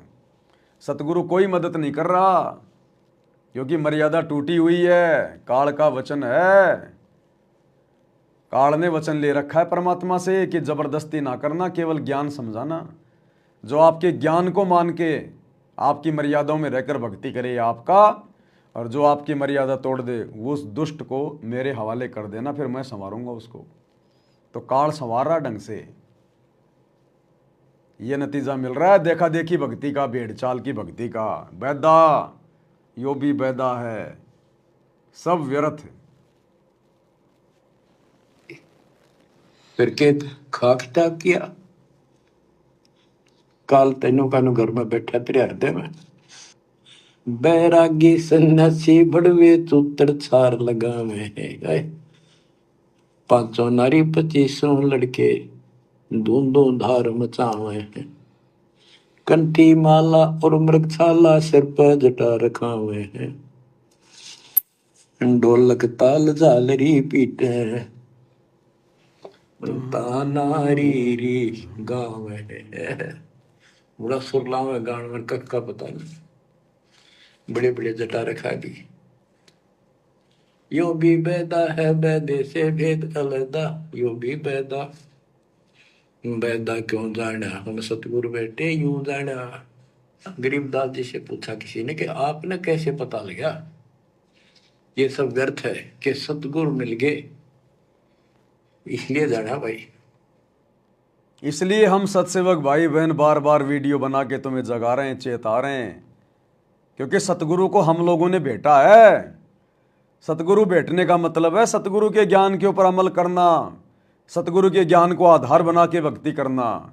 तब हमें इन सब बातों का पता चल रहा है कि आप गुरुजी के परिवार वाले और गुरुजी के परिवार के पीछे आंखें बंद करके चलने वाली संगत, ये सब के सब व्यर्थ में अपना समय और समासे और पैसा बर्बाद कर रहे हैं।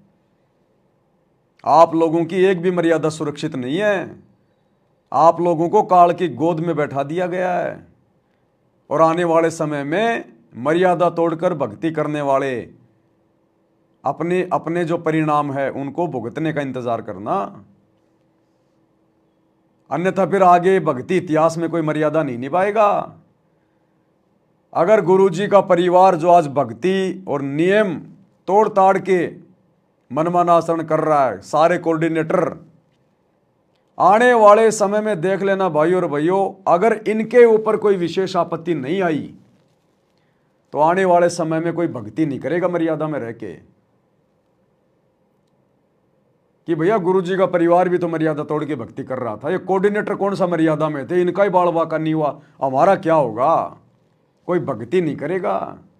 लेकिन ये झटका लगेगा, बहुत भयंकर झटका, तब आगे जाके लोगों की आंखें खुलेंगी कि भैया गुरुजी के परिवार ने किया थी गफलत, गुरुजी का परिवार भक्ति पे गफलत कर रहा था, मर्यादा तोड़ के मनमाना आचरण कर रहा था, देख लो उसका परिणाम क्या निकला। तब ये दुनिया हजारों साल तक भक्ति करेगी थोड़ा बहुत मर्यादा में रह के, नहीं तो सतगुरु के सतलोक जाने के बाद फिर कोई मर्यादा नहीं निभाएगा। तो ये मर्यादा निभाने का क्या सुख है क्या दुख है, ये आगे चल के पता चलेगा।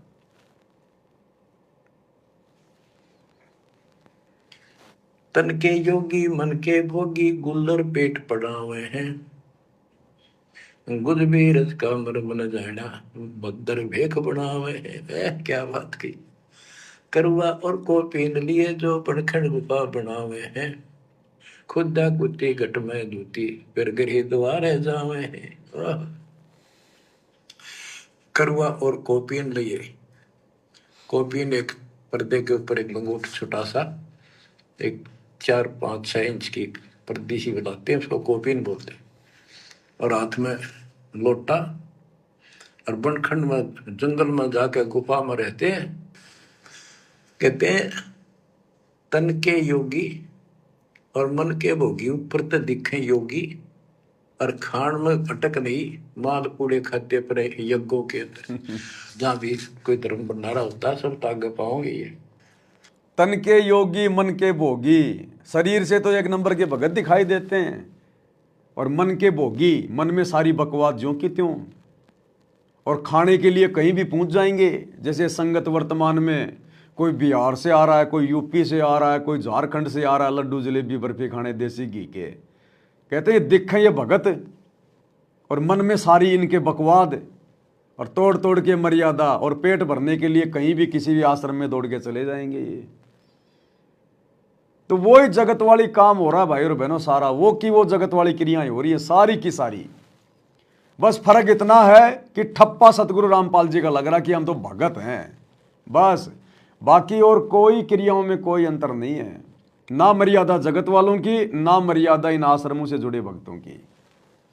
तो परमात्मा कहते हैं ये लागे तो भगत, और मन में सारी बकवाद, और ये अच्छा अच्छा मालपुआ खाने के लिए कहीं के कहीं दौड़ के चले जाते हैं, और खान में अटक नहीं, माल पूड़े खाते पर यज्ञों के अंदर जहां भी कोई धर्म भंडारा होता है सब तागे पाओगे। ये तन के योगी मन के भोगी गुल्लर पेट पड़ावे हैं, इनको छक्का खाओ एक कति, सुबह खा लिया शाम तक और ना मांगना पड़े कितने।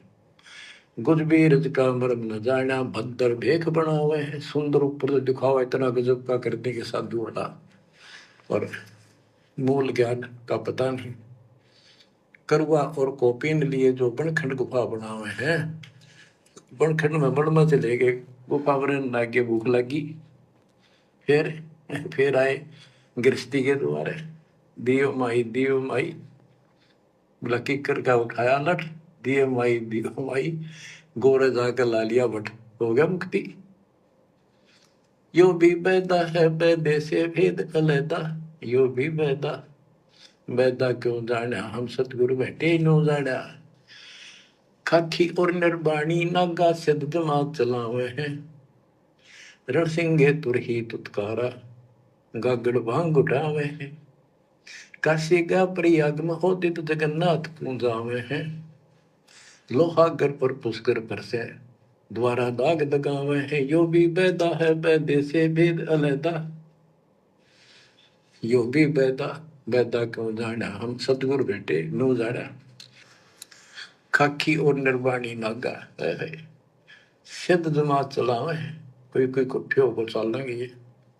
रण सिंगे तुर ही तुतकारा, और गागड़ भांग उठावे कति नो घोट भांग घोट का खूब, नो अच्छे नशे वाली वह पीवे, काशी जावे, त्याग तीर्थों पर जाते, जगन्नाथ जाते, लोहागर पुष्कर आदि सब तीर्थों पर जाते, द्वारका जाते। भाई जो गुरु बचन पे डट के रे कट के। अब ये शब्द बीच में क्यों बोलना पड़ा गुरु जी को? अरे बातें तो चल रही हैं जगत वालों की, आन उपासना करने वालों की, और बीच में गुरु जी क्या कह रहे हैं? भाई जो गुरु वचन पे डट गए कट गए फंद 84 के।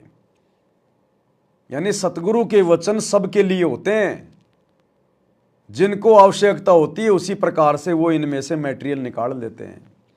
तो अंत में गुरु जी कह रहे हैं, भाई जो गुरु वचन पे डट गए कट गए फंद 84 का। अरे वो जगत वाले तो गुरु के वचन पे उस समय टिकेंगे ना जब गुरु की पहले शरण में आएंगे। तो यहां गुरु जी जो ये वाणी कहकर संकेत कर रहे हैं वो अपनी संगत वालों के लिए कर रहे हैं, क्योंकि अंतर्यामी हिसार जेल में बैठ के इनके सारे ड्रामे देख रहा है पिछले 10 साल से, कि भंडारे भंडारे पर जोर दे रखा है। क्योंकि भंडारा करेंगे, संगत आएगी तो दान देगी, ज्योति पाठ करवाएगी, तो भंडारे भंडारे पे जोर दे रखा है। क्योंकि ये तो माया के पुजारी हैं, इनको तो पैसा चाहिए। कोई भी आ रहा है केवल भंडारे की प्रशंसा। सर यहाँ के सेवादारों का व्यवहार कैसा है, सर आपने भंडारे में क्या क्या खाया, सर आपको भंडारा कैसा लगा। किसी से नहीं पूछते जाते समय कि सर आपको सतगुरु रामपाल जी का ज्ञान कैसा लगा, सर आप नाम दीक्षा लेना चाहेंगे क्या, सर आए हुए हैं नाम दीक्षा ले लीजिए। इस बात का कोई जिक्र नहीं। केवल भंडारे को टारगेट करके बुलाते हैं और वापस जब जाते हैं तो भंडारे की ही प्रशंसा करवाते हैं। तो वो अंतर्यामी हिसार जेल में बैठ के ये सारी ड्रामेबाजी क्या देख नहीं रहा? भाई सब कुछ देख रहा है। इसलिए कह रहा भाई जो गुरु वचन पे डट गए कट गए फंद 84 के, कि भैया तुम कितने ड्रामेबाजी कर लो, कितना ही अपने साथ धोखाधड़ी कर लो, और कितनी तुम ये दिखावे की भक्ति कर लो, बात बनेगी गुरु वचन पे डटने से, मर्यादाओं में रहकर भक्ति करने से। सतगुरु रामपाल जी करोथा आश्रम में थे और बरवाड़ा आश्रम में थे। एक भी ऐसा उदाहरण बता दो कि सतगुरु रामपाल जी ने किसी भी अनुपदेशी व्यक्ति को भंडारा करवाने के लिए न्योता दिलवाया हो।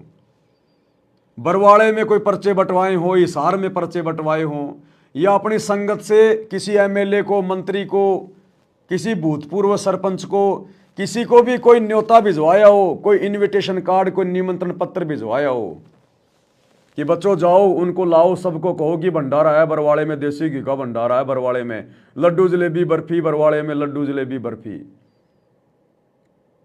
संत इस प्रकार से चापलूसी करके किसी को देसी घी के भंडारे के नाम पे लड्डू जलेबी बर्फी के लालच में नहीं बुलवाता। इससे साबित हो जाता है कि उसका ज्ञान कमजोर है।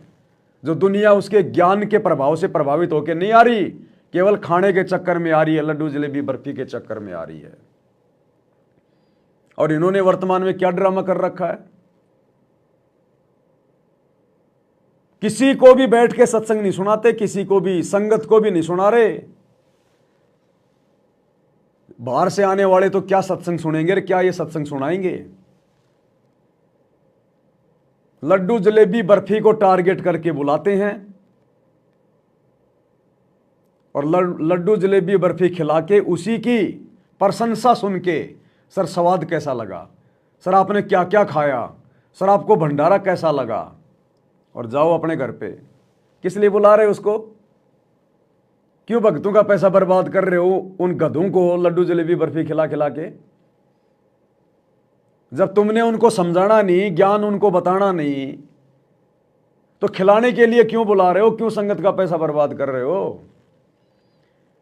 तो कहने का मतलब है टोटल ड्रामेबाजी है वर्तमान में, टोटल ड्रामेबाजी। काल पूरी तरह से हावी है गुरु जी के परिवार पे, पूरी तरह से हावी।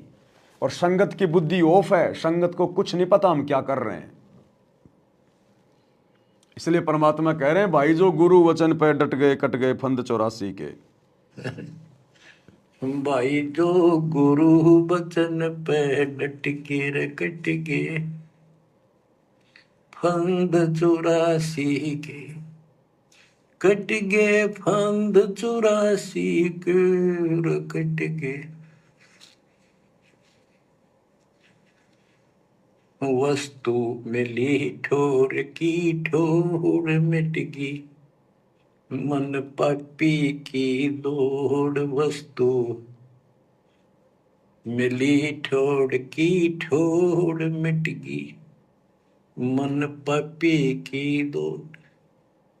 भरम मिटे मथुरा काशी के, भरम मिटे मथुरा काशी के, भाई जो गुरु बचन पे डट गए, कट गए फंद 84 के।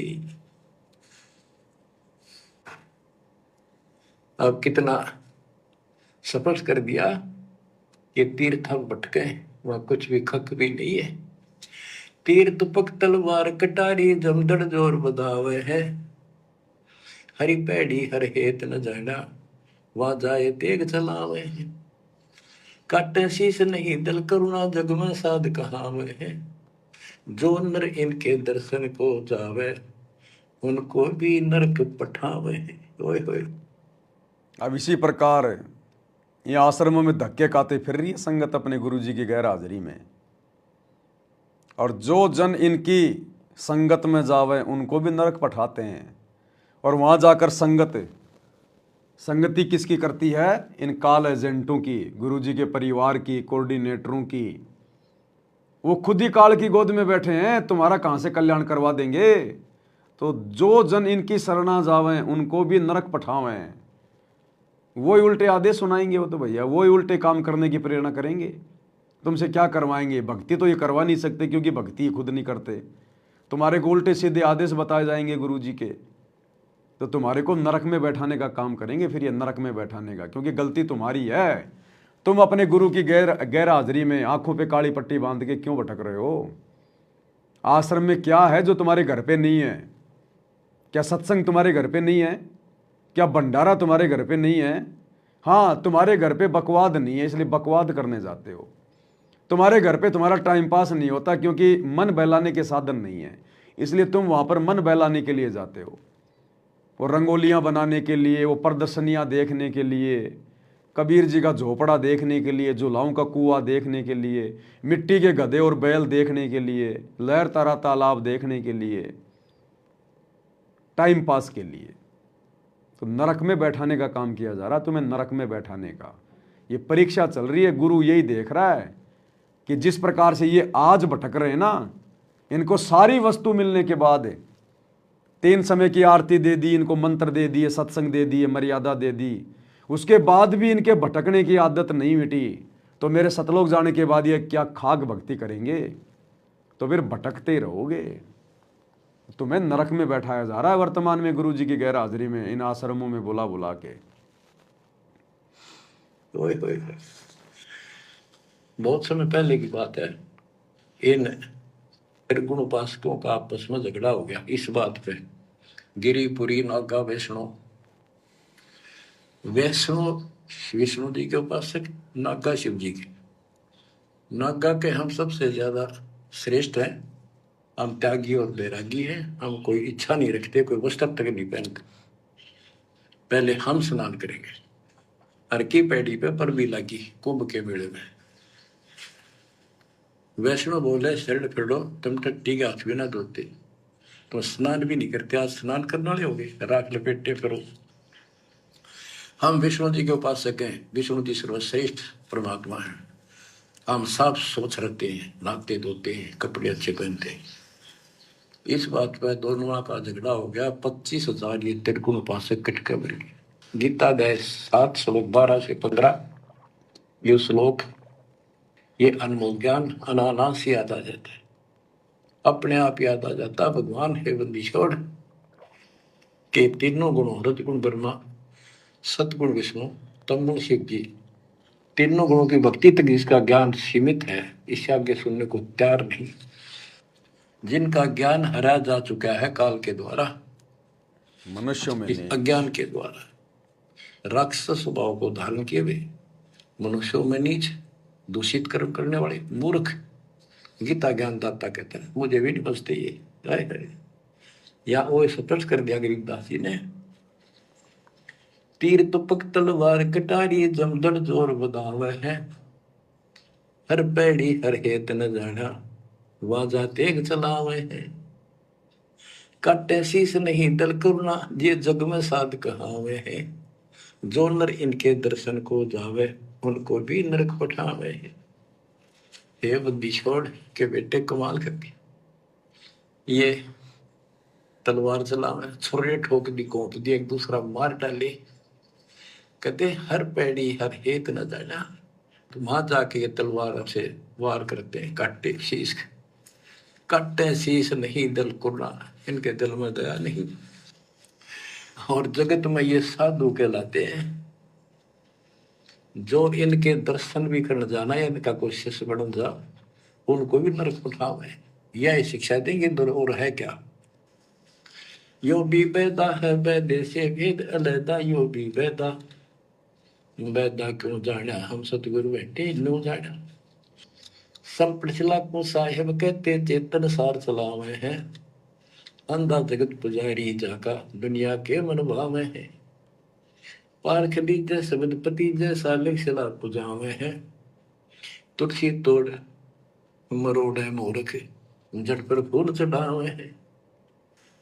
यो भी बैदा है बैदे से भेद अलैदा, यो भी बैदा बैदा क्यों जाना हम सतगुरु बैठे यूं जाना।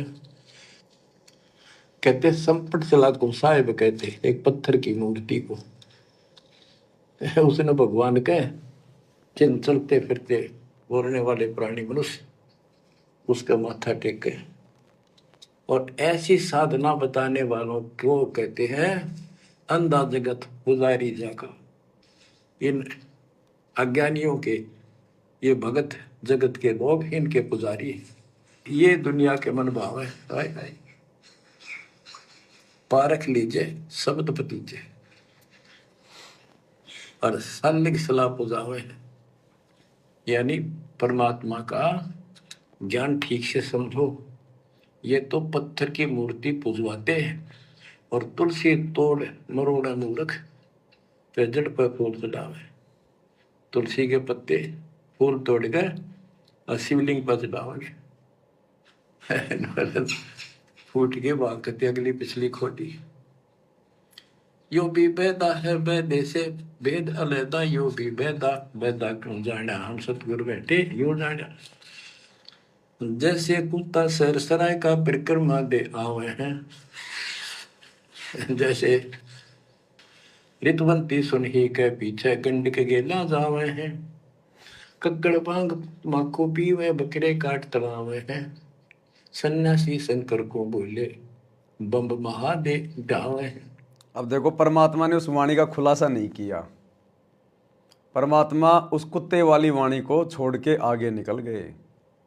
क्या कह रही वो वाणी, ये कुत्ते वाली दशा वर्तमान में सतलोक आश्रमों से जुड़े हुए इन भक्तों की हो रही है, गुरु जी के परिवार की हो रही है, कोऑर्डिनेटरों की हो रही है।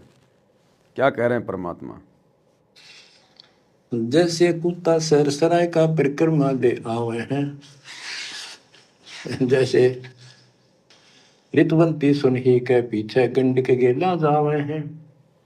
कुत्ता किसी तीर्थ की यात्रा करके आ जाए, कोई मंदिर के चक्कर लगा के आ जाए हैं, और थोड़ी देर बाद में किसी कुत्ती के पीछे लग जाए, फिर वही कुकर्म करने लग जाए, तो ज्ञानहीन भक्तों की ऐसी दशा होती है।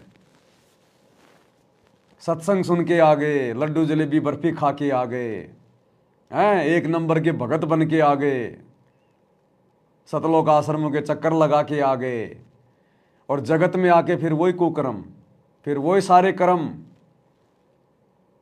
राजनीति का आदेश आ गया झूठा, चलो राजनीति करने, गुंडों की सीबीआई जांच का आदेश आ गया, चलो जाट आरक्षण में बैठने का झूठा आदेश आ गया, चलो जाटों की धर्मशाला बनानी है, चलो मजदूरी करेंगे, चलो कोई मर्यादा नहीं, वो कुत्ता कर्म हो रहा है, कुत्ता कर्म। 2 मिनट में भगत बन लेंगे और 2 मिनट में फिर वो कुत्ता कर्म। तो परमात्मा कहते हैं ये भक्ति नहीं है, ये बढ़वागिरी है, बढ़वागिरी। और इस कुत्ता कर्म से, बड़वागिरी से भगवान नहीं मिलेगा। दूसरा परमात्मा ने यहाँ पर कि ऋतुवंती सुन ही के पीछे, वो कुत्ता जैसे लग जाता फिर। तो दूसरा संकेत ये कर रहे हैं परमात्मा कि इस सतभक्ति में अगर आपको ये सतभक्ति करनी है सतलोक वाली, तो आपने इस विषय वासना से हटना पड़ेगा। जो कुत्ता कर्म तुम कर रहे हो ना अभी भी, सतनाम लेके, सार नाम लेके, तुमने इस कुत्ता कर्म से हटना पड़ेगा। नहीं तो चाहे तुम आश्रमों में चक्कर काटो, चाहे गुरुजी के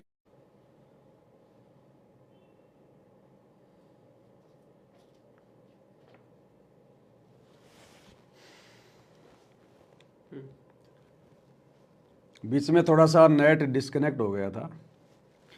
तो परमात्मा कहते हैं अगर भक्ति करते करते, सतगुरु से उपदेश लेकर भी, सतनाम और सार नाम लेकर भी, यदि अभी तक तुम विषय वासना में पड़े हो, भोग क्रिया में पड़े हो, तो तुम तो कुत्ते के समान हो, कुत्ते के समान। तुम्हारे में और कुत्ते में फिलहाल कोई अंतर नहीं है। वो कुत्ता मंदिर में चला जाएगा, प्रसाद खा के आ जाएगा, और फिर किसी कुतिया को देखा तो फिर उसके पीछे दौड़ लेगा। तो जिन भक्तों को सतगुरु रामपाल जी की, सतगुरु रामपाल जी कौन? पूर्ण परमात्मा। जिनको पूर्ण परमात्मा सतगुरु रामपाल जी की शरण प्राप्त है, सतनाम सारनाम मिल चुका है, भक्ति पे लग चुका है, और अभी तक यदि वो इसी कुत्ता कर्म में लगा हुआ है, भोग क्रिया में पड़ा हुआ है, विषय वासनाओं में पड़ा हुआ है, तो परमात्मा कहते हैं तुम तो कुत्ता कर्म कर रहे हो, भक्ति नहीं कर रहे। गुरुदेव कहते हैं भग भोग्या भगूप जय, भग से बचा न कोई, जय कोई भग से बचे भगत कहावत सोई। कामी क्रोधी लालची इन पे भक्ति न होए, और भक्ति करे कोई सूरमा, जात वर्ण कुल खोए। तो इन वाणियों के बहुत सारे संकेत हैं। एक तो जो व्यक्ति सत्संग में जाता है, आश्रम में जाता है, भगत दिखाई देता है, और वापस आके वही सारे कुकर्म कर लेता है, कोई मर्यादाओं का पता ही नहीं। एक भक्ति भी कर रहा है सतलोक वाली, और ये कुत्ता कर्म भी कर रहा है, विषय वासनाओं में भी पड़ा है। तो परमात्मा कहते हैं आपकी दशा फिलहाल उस जो है कुत्ते जैसी है, कुत्ते जैसी। इसलिए परमात्मा इस वाणी को बीच में छोड़ गए। गुरुजी इसका विश्लेषण करना चाहते थे, लेकिन मालिक को पता है कि ये क्या नहीं समझ पाएंगे। अगर मैंने विश्लेषण कर दिया तो कई तो भक्ति छोड़ देंगे कि गुरुजी तो लो इस काम के लिए भी मना कर रहे हैं, इस काम के लिए भी मना कर रहे हैं। तो गुरुजी हमारी तुच्छ बुद्धि को देखकर इस वाणी को बोलकर इसका खुलासा करना चाहते थे, लेकिन छोड़कर आगे बढ़ गए। फूट के बात करते अगली पिछली खोटी। यो भी बेदा है बेदे से भेद अलहदा, यो भी बेदा बेदा क्यों जाना, हम सतगुरु बैठे यूं जाना। जैसे कुत्ता सरसराय का परिक्रमा दे आवे हैं, जैसे ऋतुवंती सुन ही के पीछे गंड के गेला जावे हैं, कक्कड़ बांग माखो पीवे बकरे काट तलावे हैं, सन्यासी शंकर को बोले बम्ब महादे डावे हैं। यो भी बैदा है बैदे से भेद अलहदा, यो भी बैदा बैदा क्यों जाना, हम सतगुरु बैठे यूं जाना। ये दशनामी ध्यान जाने गेरू कपड़ रंगावे हैं, पारब्रह्म से परिचय नाही शिव करता ठहरावे हैं। धूम्रपान करे मनमुखी सूचित आसन लावे हैं, या तब से तेरा जा होई धुंध धार बह जावे हैं। वह कहते हैं सन्यासी शंकर को बोले भगवान का नाम न छोड़ दिया, और बम्ब महादेव का नारा लावे। आप देखना कावड़ लेनी है, भगवान भी छोड़ दिया, कहता बोले और बम बम बम बम बम, और सारा दिन भोके जाएंगे सन्यासी। वो हालत इन आश्रम में हो रही है। आज के लिए ज्ञान प्रचार छोड़ दिया, गुरु जी का सत्संग सुनना सुनाना, ज्ञान प्रचार करना, ये सब छोड़ दिया। आजकल या तो अपने YouTube चैनल का ज़्यादा से ज़्यादा प्रचार करवाया जा रहा है, सा न्यूज़ चैनल, या फिर भंडारों का ज़्यादा प्रचार किया जा रहा है। जैसे जगत वाले वो शंकर भगवान का वास्तव में नाम क्या है वो छोड़ दिया, बम बम बम बम। ऐसे ही आजकल इन आश्रमों में गुरु जी का ज्ञान गया बाढ़ में, ज्ञान प्रचार गया बाढ़ में। या तो अपने न्यूज चैनल का ज़्यादा से ज़्यादा प्रचार करवाओ दुनिया में भक्तों को मजदूर बना के, या फिर देसी घी का भंडारा, देसी घी का भंडारा दुनिया को आश्रम में बुलाया जा रहा है, जबरदस्ती पकड़ पकड़ के लेके आते हैं। सर आपको भंडारा कैसा लगा, सर आपको यहाँ की व्यवस्था कैसे लगी, क्या करोगे वहाँ की व्यवस्था दिखा के? हाँ, अरे सरकार से कोई मेडल प्राप्त करना है क्या, कोई सर्टिफिकेट लेना है क्या तुमने दुनिया से? ये मान बढ़ाई में आता है, मान बढ़ाई में। तो जगत वालों में और संत रामपाल जी के आश्रम से जुड़े भक्तों में फिलहाल कोई अंतर नहीं है। बोके जाएंगे संन्यास दे का नारा ना है। आप देखना कावड़ लेनी है, भगवान भी छोड़ दिया, कहता बोले और बम बम बम बम बम और सारा दिन में बोके जाएंगे। सन्यासी शंकर को भूले बम महादेव धावे हैं, इस बम ने महादेव मान रहे। ये दशनामी दयानी जाने गेरू कपड़े गावे हैं, ये दशनामी दया नाम की चीज मिलकर और गेरुआ कपड़े लाल कपड़े पहनते, पार ब्रह्म से परिचय नहीं, सतपुरुष परमात्मा का इनको ज्ञान नहीं, और शिव को भगवान बताओ, शिव करता ठहरा। यो भी बेदा है बेदे से भेद अलैदा, यो भी बेदा बेदा क्यों जाना, हम सतगुरु बैठे न्यू जाना। तो भाई और बहनों, आज की वीडियो में हम केवल इतना ही लेंगे। छोटी मोटी कोई और सेवा है, आज उसमें थोड़ा सा समय देना है। तो ये विशेष संदेश नंबर 8 का पार्ट नंबर 2 है। कल हम इसमें पार्ट नंबर 3 पे चलेंगे, इसको कंप्लीट करेंगे गुरुदेव के आशीर्वाद से। क्योंकि आज के विशेष संदेश नंबर 8 में जो जगत वाले लोग हैं उनकी शास्त्र विरुद्ध साधनाओं का जिक्र ज़्यादा है। तो आप और हमारे लिए कुछ ऐसा विशेष पॉइंट इसमें है नहीं, इसलिए कल हम इसके तीसरे पार्ट को पूरा करेंगे। और रात्रि 8 बजे जीने की राह पुस्तक के ऊपर जो वीडियो बन रहे हैं उन वीडियो को आप जी अवश्य देखा करें और ज़्यादा से ज़्यादा जगत में शेयर करें, क्योंकि जीने की राह पुस्तक के ऊपर बनने वाली वीडियो बहुत ही ज़्यादा विशेष है। तो आज के वीडियो में गुरुदेव भगवान के आशीर्वाद से केवल इतना ही। रात्रि 8 बजे सभी भाई बहन फिर से लाइव जुड़िए जीने की राह पुस्तक के ऊपर चलने वाले लाइव वीडियो में। तब तक गुरुदेव भगवान हम सबको आज्ञा दें, इजाज़त दें, आशीर्वाद दें। बंदी छोड़ सतगुरु रामपाल जी भगवान की जय हो। भाई जो गुरु बचन पे डट गे, कट गे फंद 84 के, कट गे फंद 84 के, कट गे फंद 84 के। भाई जो गुरु बचन पे डट गे, कट गे फंद 84